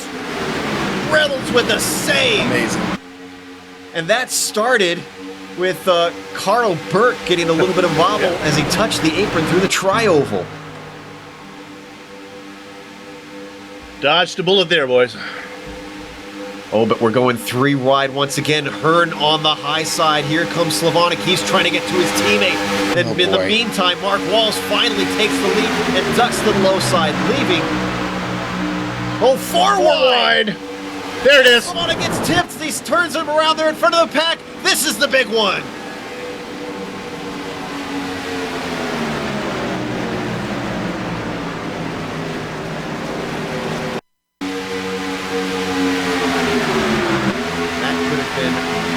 Worse, but even still, do we look on the replay? Starts with contact of the 233. JD Willis. Actually, you know what? I'd say it was Slavonic tipping Hearn, who goes up to the outside. Slavonic then has to check up. That causes the 4 wide, and Reynolds then gets into. Trying to figure out, is that Willis? Willis was in that 233. Yeah. I think it was him that slipped up in the middle there. The Reynolds in the 67 on the low side got into the 233, and that pushed him up into the the 527. Yeah, Soup, exactly. Actually, Reynolds clipped the apron. That's what shot his car up the track and into J.D. Willis there. And then the guy was fourth wide. Then Hearns had nowhere to go up there in the EW in that yellow machine. So we look at Hearns right there. Well, how many of these leaders have their spare car left? That's the question.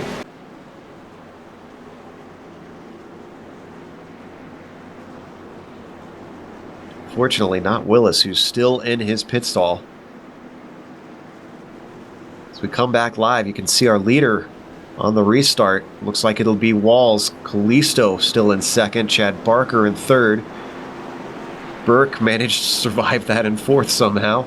Blake Reynolds in fifth. And how about Beltrami the Salami has moved himself into sixth now. It is amazing how he got through. It just all went around, all around him. Yeah. We might get a replay here. It's just sometimes the seas part. Yeah, they parted on all sides of him. He's right in the middle of it. They're spinning behind him, in front of him, to the right, to the left.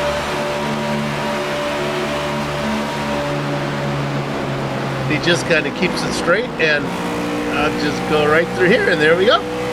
Bob, buy a lottery ticket, buddy. It's I think it's time.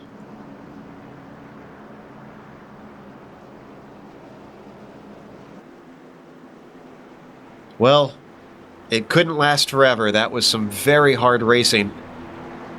And we had to expect that Reynolds would have tried to slip up into that high side at some point. Unfortunately, I guess the rest of the high side line did not get the memo. Yeah. Well, you got a bunch of guys who think they have a car that could win. I mean, you have Reynolds, who's led for probably half the race. Here I am stuck back here. I got to make my move so I can get my win that I'm justified to have. You know, it's going to happen. We saw the best drivers in the world today in real racing do it 5 times. So.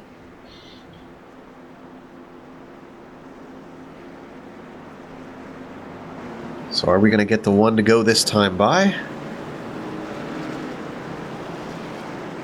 Looks like no. We're going to have another one yet to go.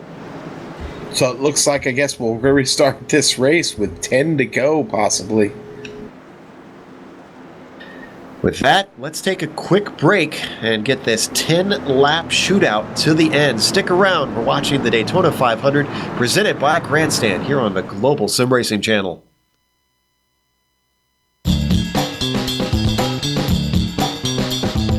Hi, my name is Donovan Johns. I'm the owner-operator of Volton Vapes here in Boise, Idaho.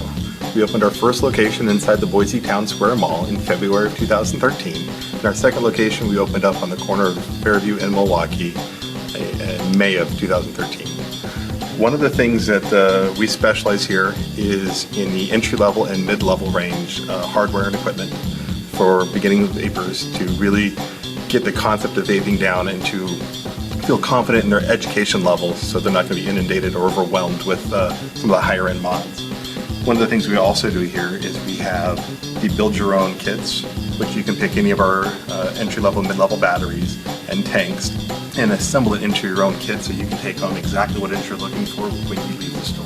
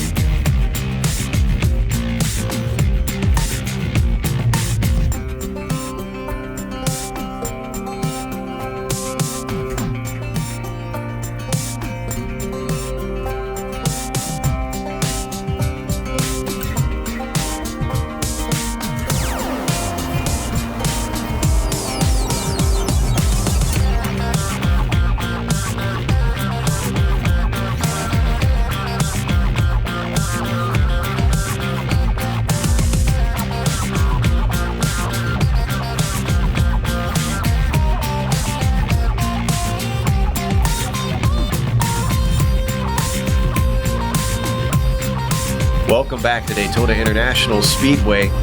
If you have heart problems, time to take your medicine, or maybe you should just step away, because we are going to have a 10-lap shootout at the end of this 500-mile plate race here at Daytona. And when they come back to the green, Mark Walls is going to lead the way. Lionel Kalisto will be on the outside of the front row.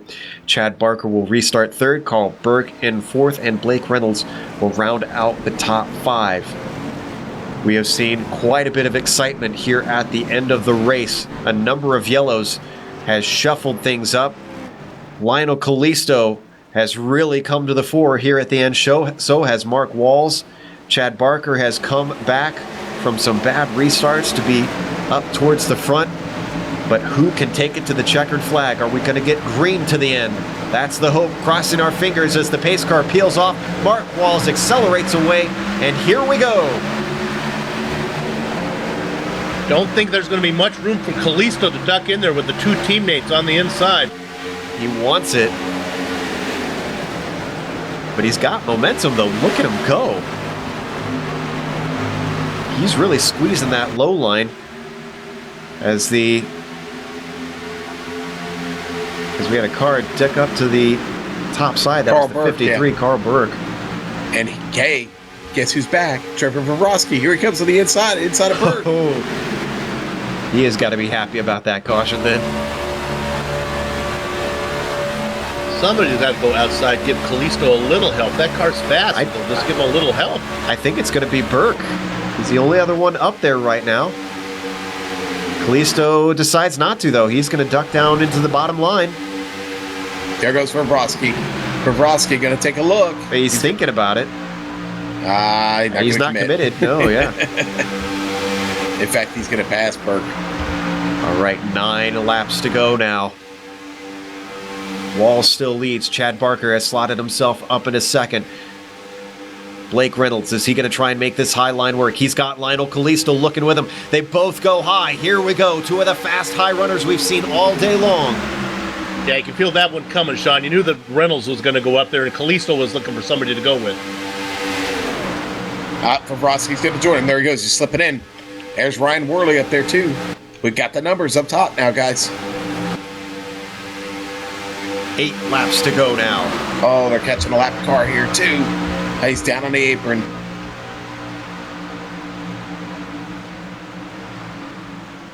Blake Reynolds just a nose ahead as they come out of turn 2. Now they even up down the backstretch. Bottom line still has the most cars.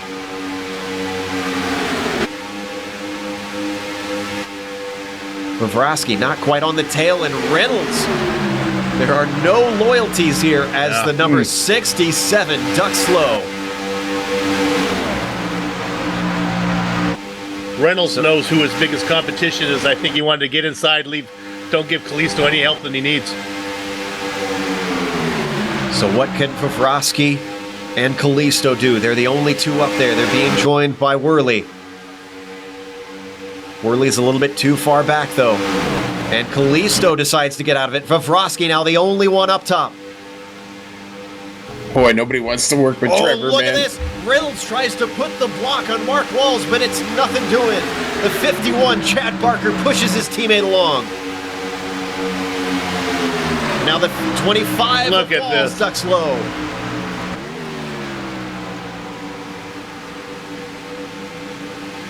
'51 of Barker gets a push from Vavrovsky. You talk about every man for himself. 6 laps to go.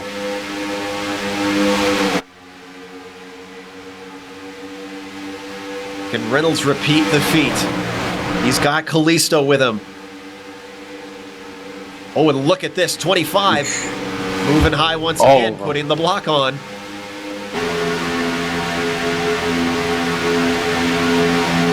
Trying to ruin the momentum. Chad Barker ducks low, gets behind Lionel Kalisto, gives him a little tap. Kalisto moves high. Is anybody going to go with him? Right now, only Vavrovsky is up there. No, Barker stays low. Don't forget Mark Herzog. We haven't mentioned him much. He is in this run. That's, you know what, that's one guy we barely mentioned, and he's Do we have an accident behind them? Contact between the And 34. the caution is out. Big accident. Looks Chris like Worley is involved in it. Beck and Worley. And I with 5 think laps that to go, might it might, yeah. be all she wrote. It was Worley and Beck. Yeah, Worley Beck didn't realize he wasn't clear.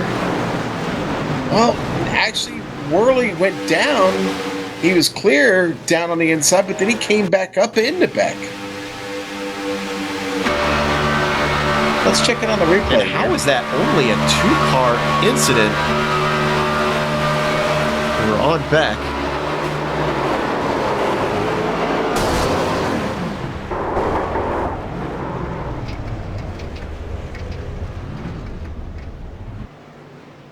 Gonna go back live.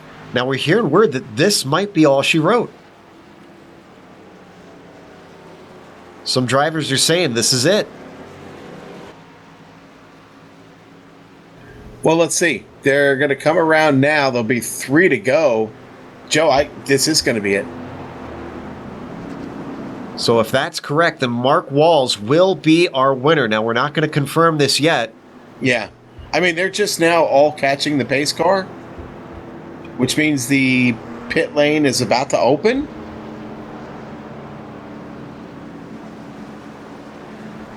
So, yeah, no, they're not going to make it for a green flag finish here, unfortunately.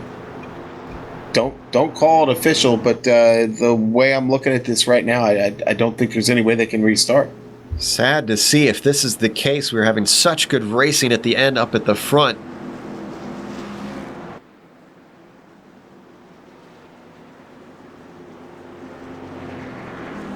Yeah, you hate to see it end like that, unfortunately.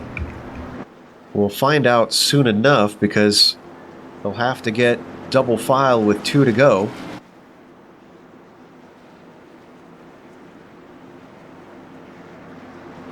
So your order is Mark Walls in first, Blake Reynolds second, Chad Barker third, Kalisto fourth, and Herzog rounds out your top 5.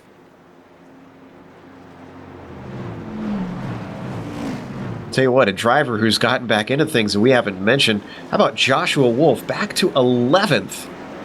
Yeah, T, I never even thought we'd be talking about him again as a factor in this race, or Trevor. You know, once Trevor got that got in that trouble, and was it Trevor that got the EOL, or was it Josh that got the EOL? I believe they gave Josh an EOL, if I'm remembering correctly. Actually, we've got the info. We can go and look at it.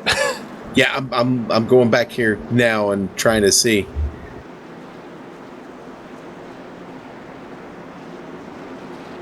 Yeah, it was actually Josh Wolf that got the OL. But the fact that both of them have managed to climb themselves back up into this. So interestingly, they also gave Chris Beck the EOL for drifting up into car 40, which would have been Worley.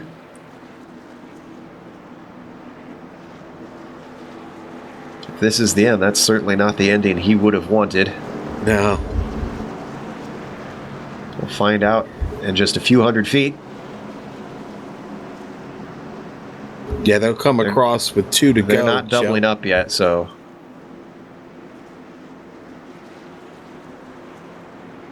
I'm kind of hoping it doesn't go back to green because I got my hopes up for some cedarwood beer balm now. So yeah. You're gonna go with the cedarwood? Okay, I am. That sounds good. Well, it is going to be official unless something drastic happens to Mark Walls. He is going to be our winner today. He still has to make about a lap in 7/8.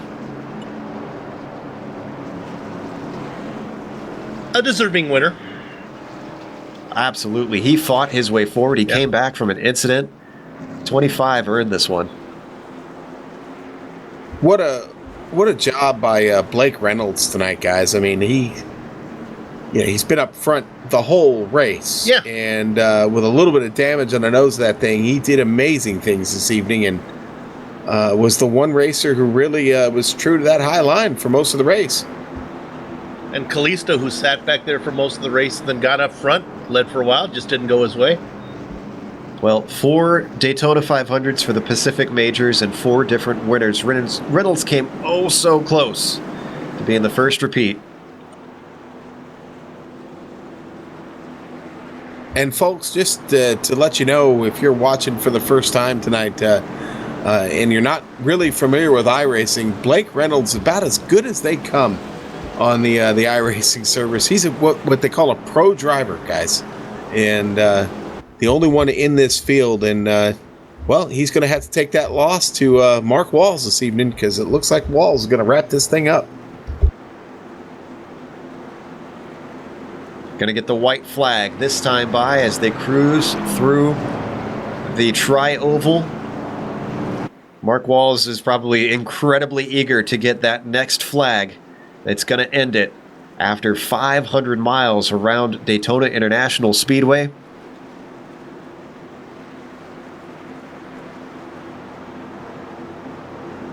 This is where you yell at the cat to stop playing with your internet cord.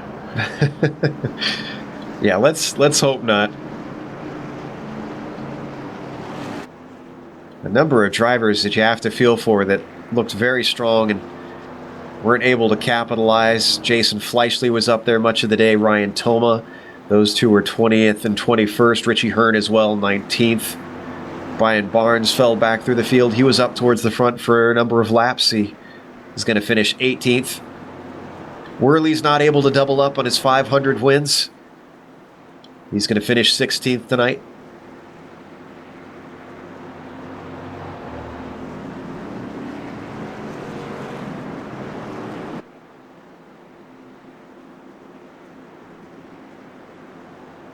Now coming up to turn 3 here.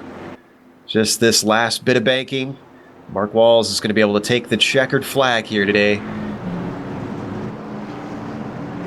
A number of drivers expressing their gratitude for the stewards putting on the event, and gratitude that they even made it to the end of this 500-mile race. Still grueling even in the sim world to try and make it that many miles around this track. So many have said how shot their nerves are after so many close instances.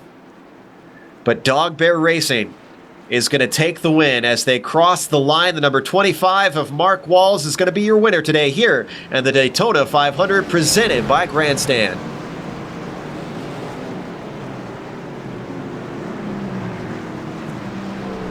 As they accelerate away to take their cool down lap, we're going to go to break ourselves. We'll be back after a moment. We're going to have the upcoming races on our screen. As well, after that, we'll have driver interviews and the unofficial results. So don't go away.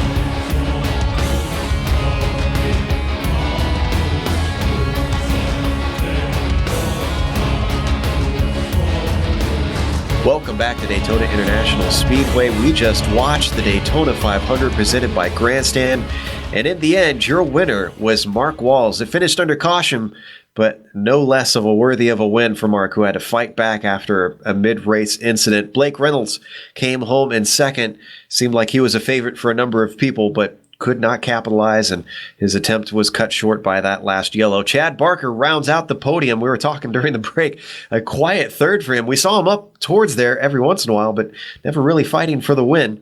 Lionel Kalisto was not to be for him either, finishing in fourth. Mark Herzog rounds out the top five, with Carl Burke finishing in sixth. Trevor Vovrosky, another driver that had to fight his way forward, couldn't get there in time. He finished in seventh. Drew Lalonde, another quiet guy. We saw him a lap down at one point. He managed to get back on that lead lap. He finished eighth. D. Palmer in ninth. Rounding out the top 10 is David Baker. Bill? Joshua Wolf in 11th, followed by Paul Slavonic. Bob Salami Beltrami in the Baker's Dozen position. Ray Partridge behind him. 15th spot goes to Rob Gall. Ryan Worley and Matthew Thornhurst make up 15th and 16th. Brian Barnes in the popsicle machine did not have the result he would have liked in 18th spot.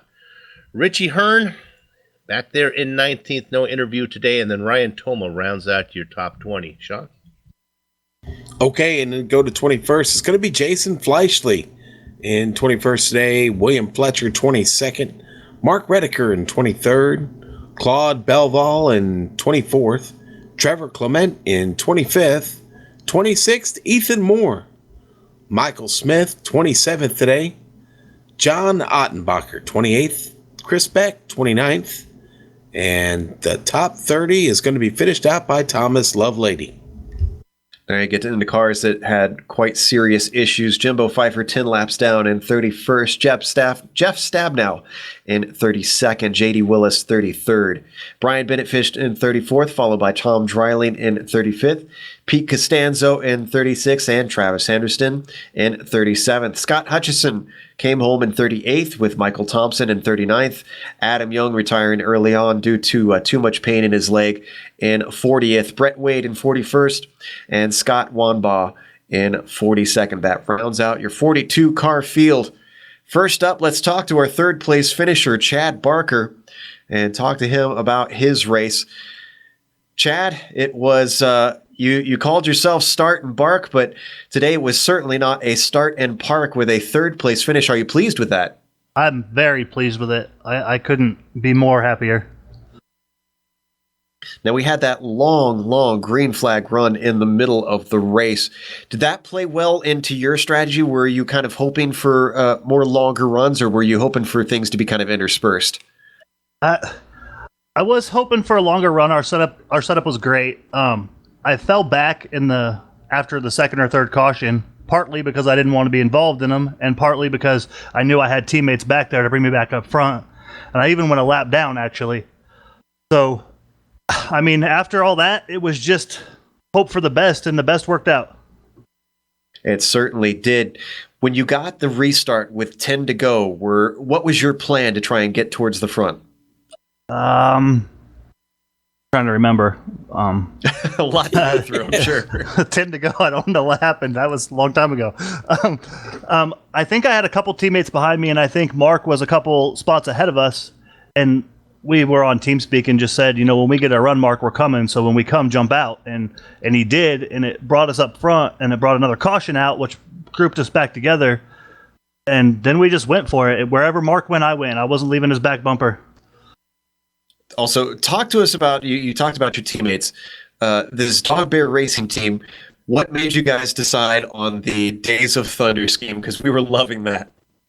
Actually, Mark just got on TeamSpeak one night and said, "Hey guys, I built us all Days of Thunder cars." And we're like, "Okay, sounds good." I just said, "I want the pink one." Perfect. That, saves everybody a lot of work. I'm sure you guys appreciated that. Well, again, congratulations, a third place finish. That's going to help you in the championship, and I'm sure a podium in the Great American Race is a nice feather in your cap. It is wonderful. That is Chad Barker, third place finisher today. We were hoping that we'd get to talk to Blake Reynolds, but we're not seeing him. So in the meantime, we're going to talk to another front runner. Trevor Vavrovsky has hopped in the booth here with Sean Ambrose. And catching up with an old friend, Trevor. How you feeling, man? Not a bad run. No, not a bad run, but not quite what we were hoping for. But no, not bad at all. I'll tell you what, Team Grizzly was spending a lot of time up front for a good portion of this race. Tell us about coming over to the Pack Majors and this little team you guys put together. Yeah, I ran a couple races just by myself here last year, and it was really fun. And with the league that we ran in before WSU closing down, we kind of took a lot of the guys from over there that happened to be, in the Pack Majors clubs, and came over here. And now we're going to see what we can do against a lot of really, really tough competition. Yeah, and I guess Josh Wolf had a little bit too much damage there towards the end to be any help to you to get you back up to the front. Yeah, he definitely didn't have very, very much luck there, especially in the second half of the race. None of us really did, but no, he was able to keep pace in the pack, but he wasn't going to be able to really go anywhere. So now you did a lot of work up on that top line today. What was it like up there? You really needed help, didn't you? How many cars did you really need to make that line work? I said it at the start of the race. After running the duels, you could tell that you had to have a third car in line. Two people wasn't going to be enough. Certainly not to clear everybody. Without the third car in line to keep the second car close enough to the first car, it just all falls apart. Yeah. Well, listen, I know not the result you wanted, especially when you were up there fighting for the win, but you did a great job there in the last half of the race, coming back through the field and at least giving yourself a shot there at the very end. Shame it had to end under yellow, but we'll see more of you this season. Yeah, looking forward to it. It's been real fun so far. Well, great to talk to you and great to get you back up in the booth here on GSRC. We'll see you next time, Trevor. Yep, thanks for having me. That was Trevor Vorovsky, 7th place finisher today here at Daytona. Up next, we've got our winner. We're going to bring him in, and that was Mark Walls, who I think we didn't think about halfway through would be able to get to the checkered flag, but Bill, he made it and he won. Mark, do you have a copy? 10-4. Well, you led the first 20 laps. You led like the last 20 laps. What was the problem in the middle of the race? Yes, sort of just kind of fell off a little bit with the pit sequence. We kind of expected a little more cautions in the beginning, so we stayed out when the first couple came out. We got in that first green flag set of pit stops, and I pit a lap early. I just didn't want to run out of fuel. I didn't want to bobble it. Try to just run it nice and smooth. Fell off the lead pack. Ran about 12th the majority of that race, and those cautions at the end, man, it bunched it together, and that Walls Beardco Chevy just had so much speed. It needed to be in that lead pack, and we got it there. Okay, we're going to talk about the sponsor in a minute. I have one more questions before we go there, though. Got to the end. You had to be happy that that last yellow, you were inside of Callisto. That was certainly could have been maybe the turning point of the race for you. Yeah, the last 10 laps was just it was on rails for everybody. I mean, we were running so hard, so close, and I knew if I could just hold the bottom, the car had so much speed. Even with cars tucking to the outside, they're gonna drop back low. And luckily, I had my teammate right there with me. Okay, this is what everyone wants to know about. What connection do you actually have with the sponsor that's on your car? That is my company, Walls Beard Co. We actually produce a beard balm for all the beards out there. You need to get that thing under control, help growth, help shine. WallsBeardCo.com will take care of all those needs for you. Well, I think you picked up 2 customers today from the commentating crew because we're gonna be in contact with you there for a little hazelwood beard balm. Is that what the flavor is? We got cedarwood, we have teakwood, and we have an all natural unscented. Well, I'm going teak. I don't know about my partner Sean. I'm going teak, buddy. See, I like the cedar, man. I'm all about cedar. Yeah. All right. Well, congratulations on the win, and for also for the company as well. Good luck to you the rest of the way. Thank you, Mark Waltz. Our winner here today. I think the only one in the booth that doesn't have a beard is Amjad. Although I could be wrong about that. I don't know if he's grown one since I last looked. Your beard is puny, though. Wow. Well, it's still a beard. It's still a beard. Okay. Anyways, we're going to close up today. And before we go, of course, we want to thank a few people. Thanks to GranStand Sim Racing Products for all that they create, as well as sponsoring this race and putting it to the air. And thanks to Mike Willett, the organizer of the Pacific Majors. Thanks to the software and hardware that we use for our broadcasts. You can see those listed on your screen. Additional thanks to our musical contributors Eric Ekholm and Casey Lalonde, whose music you can also find at the websites listed. Thanks to the team today, Bill, Sean, and Amjad and Dougie. If you'd like to find out more about GSRC, you can find it at globalsimracingchannel.com, along with archived races and upcoming broadcasts.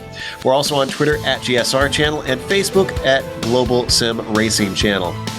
Next race, it's going back to the roadside. 2 hours of Sebring. That'll be Sunday, March 19th at 7:45 p.m. Eastern, and a lot bumpier than we have here at Daytona. So they'll really put the cars through their rigors. We also have upcoming races for other series on screen, so check those out and mark them down on your calendar. However, until next time, race clean, race hard, and we'll see you on the track.